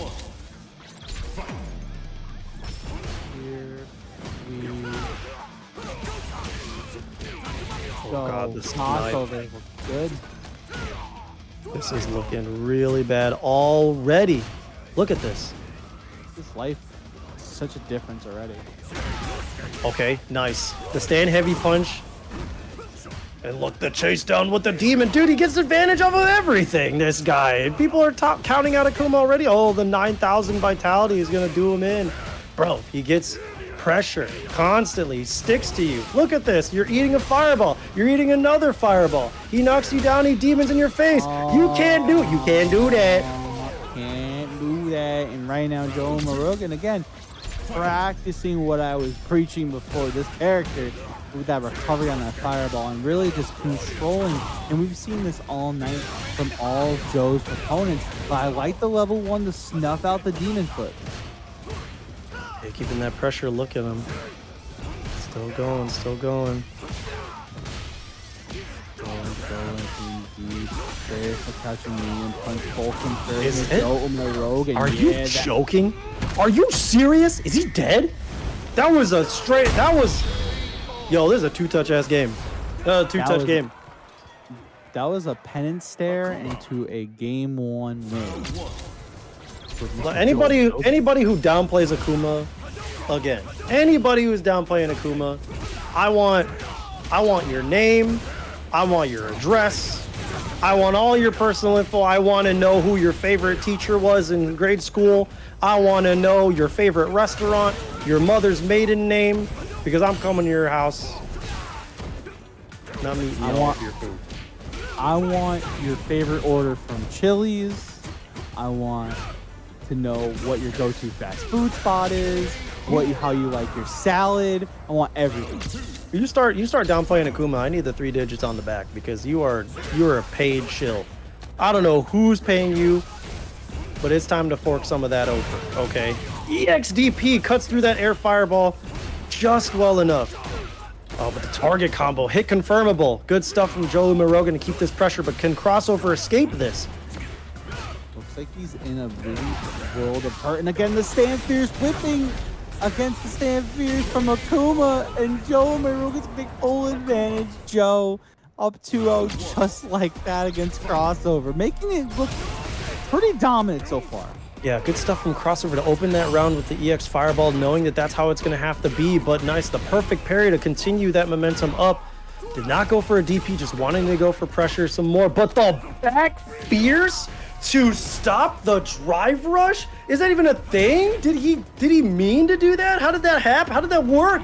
I think both of these players just frozen in the mid-screen as they can in disbelief, but nice. Crossover lands that jump in, puts him in the corner. Oh no. Hey, this is bad. This is bad, chat. Oh, this is great, chat. This is fantastic. Joe really do be moving different today. What's going on, Beckmon? How are you today? Hope you're having a great evening watching some top 4 action here at Street Fighter Academy number 44. Oh my goodness, again. Joe, I don't know, man. I feel like Joe is just... Whoever demon has possessed Joe to play the way he is right now, and playing the way he is with the stand fierce. Oh my god. Demon flip, the level 1. Nice catch out of that.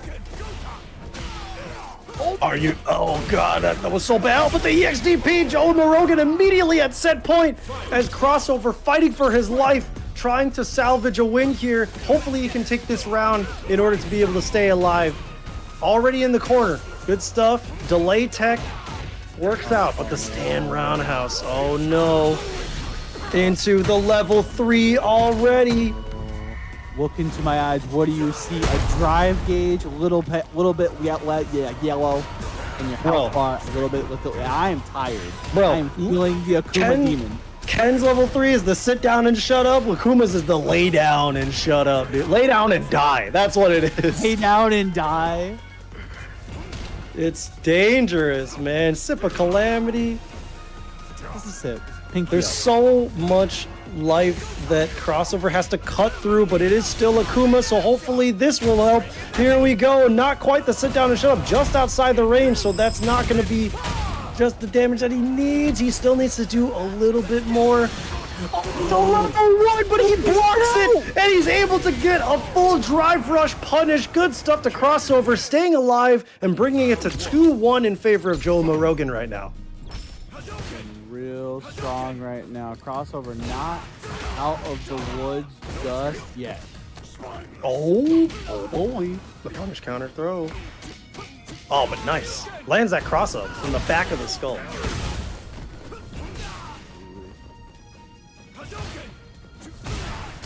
Really close to dead, but there it is. Nice DI to cut through. Break. Oh, but what was that? An EX Fireball? I must have been. It didn't quite leave the hands. Trying desperately to escape the pressure with the EXDP, but JoeUmerogan holding back and making sure that he's able to secure this set confidently. Can he do it? Crossover, can you fight back? Get up! Get up, fight back. There's the level 1. We've been seeing that time and time again. From crossover, this guy crossover is on another level right now. Yeah, that was an incredible anti-air conversion with the crouch boost from the drive rush. Nice, finds that hit, gonna be able to kill, save some meter for his troubles too, and we are once again at a final round here for game 4. Can crossover bring it to the game 5, or can JoeUmerogan clutch this out? The level 3 lay down and die. Lay down and die. Yeah, lie down and die is kind of sick, right? Oh my god, but right now JoeUmerogan's making that drive meter a little bad for crossover. Crossover, one last guess in the tank. You do have CA available. What's gonna be? Oh no! Oh. He's still in burnout though. Can he do it? The fierce is who's more ashy, who looks more gray. Oh, come on. Oh no! Unfortunate, the scramble of a situation, and it's been really close the entire time. There's been moments in these matches that like you don't know who's gonna take it. But here we go, losers finals here at Street Fighter Academy number 44 to be JoeUmerogan going against the last hope for the Yaki army. It's BDB, BlazeDeathBlade. yeah, but the Akuma army, you know who they are. They're always hiding in the shadows. They're always coming out strong. JoeUmerogan trying to show a dominant force over BlazeDeathBlade. Cruel fate. Cool. A very cruel fate. Yo, that's probably the sickest move that she has. It's like, you know what we're gonna call this? Cruel fate, and it's just. I like it. You know what I like? I'm a huge fan of Venomous Fang. I think that Aki just has really sick moves. Walk back, but walking back without purpose. Oh my god. Tried to go for the cruel fate, but the fireball was already out. My man's like Sagat. He's be throwing some tiger shots right now. Yeah, those fireballs are damn fast. Oh no, caught the recovery frames on the heavy lash and now back into the corner, but the low short able to catch a hit and build some space, surviving. The crosscut coming out from JoeUmerogan, but away from the corner. Right now, again, BDB being sent to the corner, but nice. Now we get the turn back and we take a little bit of drive gauge on top. BDB not looking too bad right now. Got to be careful though. Giving someone like JoeUmerogan a game lead, it's kind of hard. We've been seeing him time and time again take full advantage, and here we go again. Sip of Calamity. No shot. No shot. Close. I think it's dead, dude. Oh no, he's alive, dead. And the CA is available. No slide, bro. No. Option on the table. Seth, that was the last option on the table. It really was. The OD Cruel Freight coming out strong. I'm frustrated, all right? That's what that is. That's what that says to me. Okay, respecting that air fireball. Oh, but nice. A gun. It's kind of hard to combo off that as Aki from the fadeaway stun, but it's nice to have as a punish counter, you know, guarantee the knockdown. See if you can start pressing your advantage at that point. So here we go. Again, nice confirm off the jump in. BDB gets a full advantage. Okay, this is the start that BDB needs to get back in this set. Yeah, good stuff to BDB for taking that round, but a note of props to JoeUmerogan for the way he's able to land throws. He knows exactly when the opponent is just wanting to hold down back and respecting his pressure so much. Very worried about the Akuma walk speed, but look at this. Now back to the wall. BlazeDeathBlade trying to take advantage. No whiff punish on the roundhouse, and actually a big punish coming out from JoeUmerogan, now taking the positional advantage. And this is looking really tough. Oh, built up. Nice punish on the throw. You're in burnout now if you're BDB. You do have level 1 available. There it is. Get me out of here. Bathe in my master's work. Here we go again. Joe has got to get back in. There it is. Yeah, willing to just take that cross cut as long as he's not going to get that stun, but wasn't willing to take the throw, and that was your detriment. That was the downfall. Because you weren't willing to take that throw, ended up getting counter hit with that shimmy, but nice. You're going to have to fight your way back. You still have a round on the board. This is still very possible for BDB. Oh! Well, indeed. There's the empty and the nothing, and I like the neutral jump to try to catch the latex. But nobody home, and nobody home for the Serpent Lash. Oh, nice snake step out of the overhead situation. Oh my God, doesn't take the parry throw. He didn't bite, no. Giving it a lot of respect. I'm curious as to why, but this is going to be enough to kill as he goes into the level 3. And now we're tied up 1-1. We have a set, ladies and gentlemen. JoeUmerogan is not taking this easy as BlazeDeathBlade is putting the Aki army on their back, trying their best to be able to move forward in the grand final and get the rematch against Naji. Right now, there it is. Oh, tries to go for the tech blade right over his head. BDB, nice awareness to keep it going. Uh-oh. This is about to hurt, Seth. Oh yeah, this is absolutely gonna hurt. This damage is massive. Oh, doesn't lay on the orchid, just goes for the meaty bubble. And nice gives. Okay, never mind. I was gonna say JoeUmerogan was gonna take all of that and try to escape and probably even take a mile from it. Oh no, just a huge jump in. Pressure. Okay. Seeing the empty flip. Oh, nice jump in. This is where you want to be if you're BDB. Oh my God. Oh. Serpent Lash. No dice though. Every single time that JoeUmerogan has sent out that air fireball, BlazeDeathBlade BDB has been trying so hard to anti-air it, getting, oh, nice cut through with the 3 hits. Oh, wow, what confirmation, but Oh. the ODBP anyways. Seth. When you least expected it, you know, it was going to put him in burnout. It was going to get the kill, though. BDB not ready for it and ended up overextending on offense. And now it's tied up 1-1, 1-1. Right now, again, BDB, this is losers finals. But you know these two really want to get that pride, especially this is, again, first couple weeks of season 2 here at Street Fighter Academy. You want to make a statement, and this combo is going to make a statement right now if he doesn't drop it, and he absolutely level 3. So for the one time, I'm going to hit this for the one time.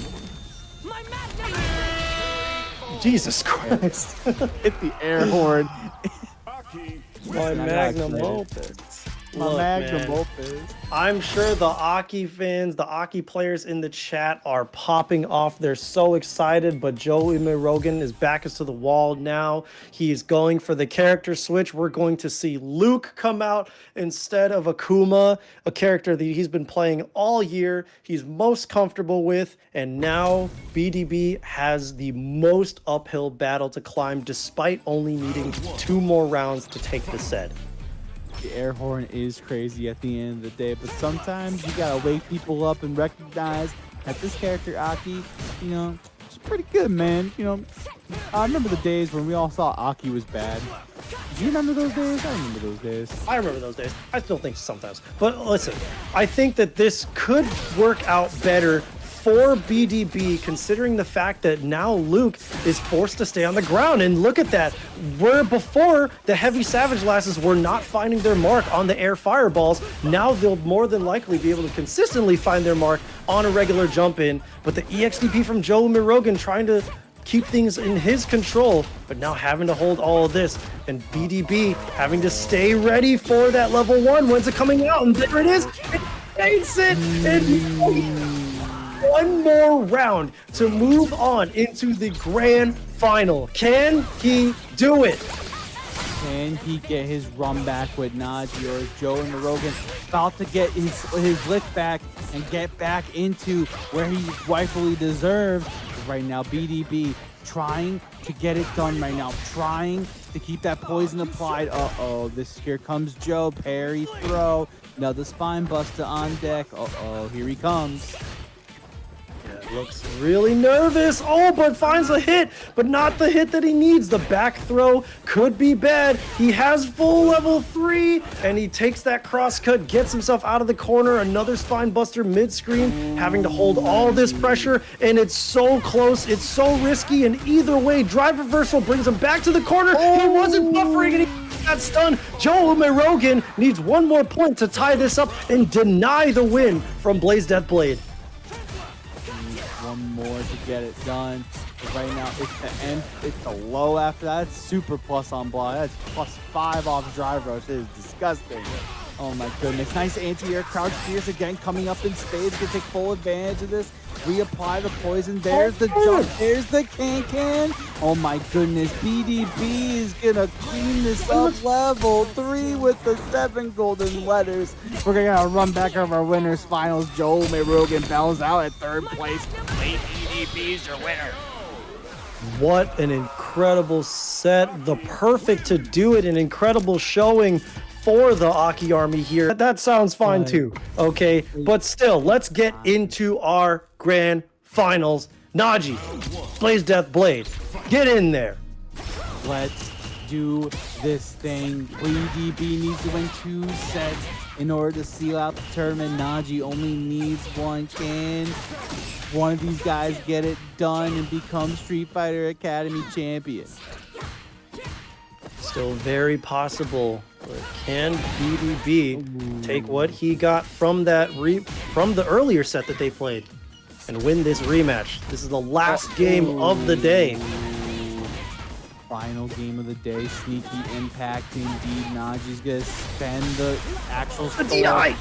But the DI is gonna retaliate back, and I like the reset back throw incident. And right now, it's BDB trying to get something going, but the level 1 is going to snuff out the low short. And Naji already on the board. He already has 1 extra in the tank in case he needs. And right now, again, Naji, we've seen him all night.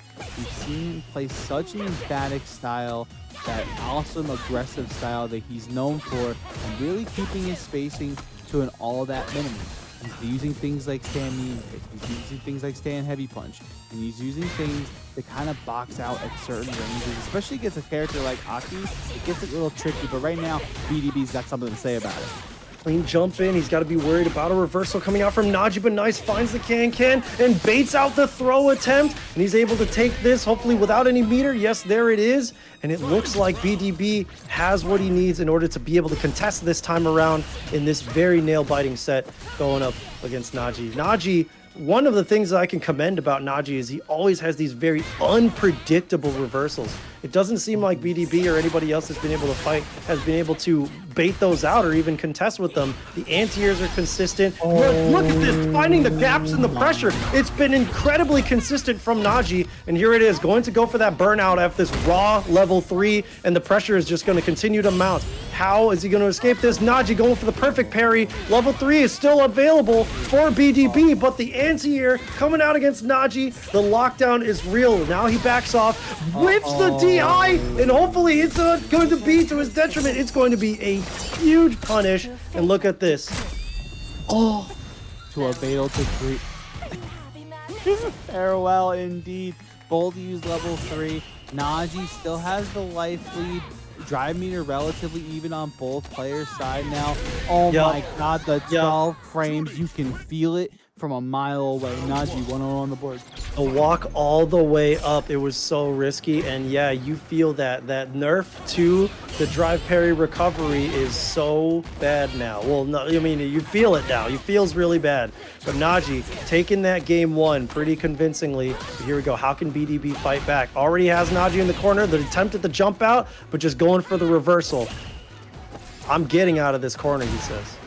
Oh my god, he is getting out of this corner, and no punish on the actual parry again. Naji, again, the dive kicks all night have been on target, and it's only been maybe once or twice. They haven't really worked out.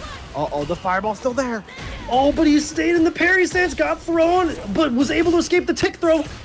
But look at that. Look how he's supplying the pressure and then he's backing off because he's just second guessing his offense. He just knows how Naji's able to escape. He can always find a gap and he does not want to take that risk and overextend. But you also can't do that. The way that Naji, the aura, I'm telling you, the aura, anytime he takes to the skies, BDB is always making the wrong move. You never know when Naji's just going to go for that dive kick or not. And now here we go, the snipe with the low forward into the Feng Shui engine, just trying to whittle down as much of that drive meter as possible, but the raw medium Fuha was not able to work out, but the pressure is still real, can't chase it down, but BDB tried to go for a jump, tried to stay aggressive, now without the meter. This is looking really scary for BDB. Yeah, it's looking really scary. BDB's one situation away. What an anti-air with Crouch Fierce and the stun, the boot, and Naji's gonna go. Oh, no! I am so sorry. Okay, well, oh my god. Okay, never mind. Okay. There we go. There we go. Oh, that was insane. I can't believe Naji's just scrambling taking this one, but still deserves to do it if he does, because he's been playing out of his mind, and so has BDB. Very much a contender in this set. The perfect parry to go for that punish, and the meaty. It is up 2-0 now, and Naji really wants to make it a fast 3-0. Fast 3-0. Pack it up. There's the DI. Gonna attack the drive gauge and the health gauge. Nice jab confirm into the heavy DP. One last guess on the table. There's the OD fireball. Again, just the boxing out that we've seen all night long from Naji. With the stand fierce with all of Jury's toolkit. It's been so prominent. But right now, BDB doing a great job. This is the throw loop situation that you're looking for. Post the burnout. BDB almost earned it. Oh my god. On the DI. Naji on set point Seth. Are you kidding? Making every right decision BlazeDeathBlade made in that moment, and the one time he tried to extend, of course the perfect parry from Naji. Naji now at tournament point and in a very commanding position, but does not get that cross-cut DP, and now here we go. Hopefully BDB is able to keep this pressure, get this combo, get this damage, get this positional advantage, get this poison on the ground, and get this guy hopefully out of here. Oh my god, there's the low forward, and again, trying to find their spacing in neutral right now. There's the OD Nitrate, there's the Serpent Lash. Oh my god, calls it out. One last guess on the table, there's the DP. Oh my god, you gotta block for your life right now, BDB. Oh my god, and that's gonna take it! Unless I didn't do my math homework correctly, Naji is going to clean this up and going to be... I'm psyched! I can't believe you've been so wrong! Oh my god, he survives, and now Naji just needs to find the one hit to do it, but make sure that he does not get touched every time he goes into the sky. It's so bad, but there it is. The stand heavy plunge from Naji takes it. Your Street Fighter Academy number 44 champion, Naji, with the 3-0 over the entire Aki army. GG's to Naji. GG's to everybody who played, everybody who watched, everybody who donated, everybody who rated, everybody who's watching this even from this point on. Naji, the GOAT, the Aki army, you guys went crazy today. It doesn't matter that you didn't win. Naji played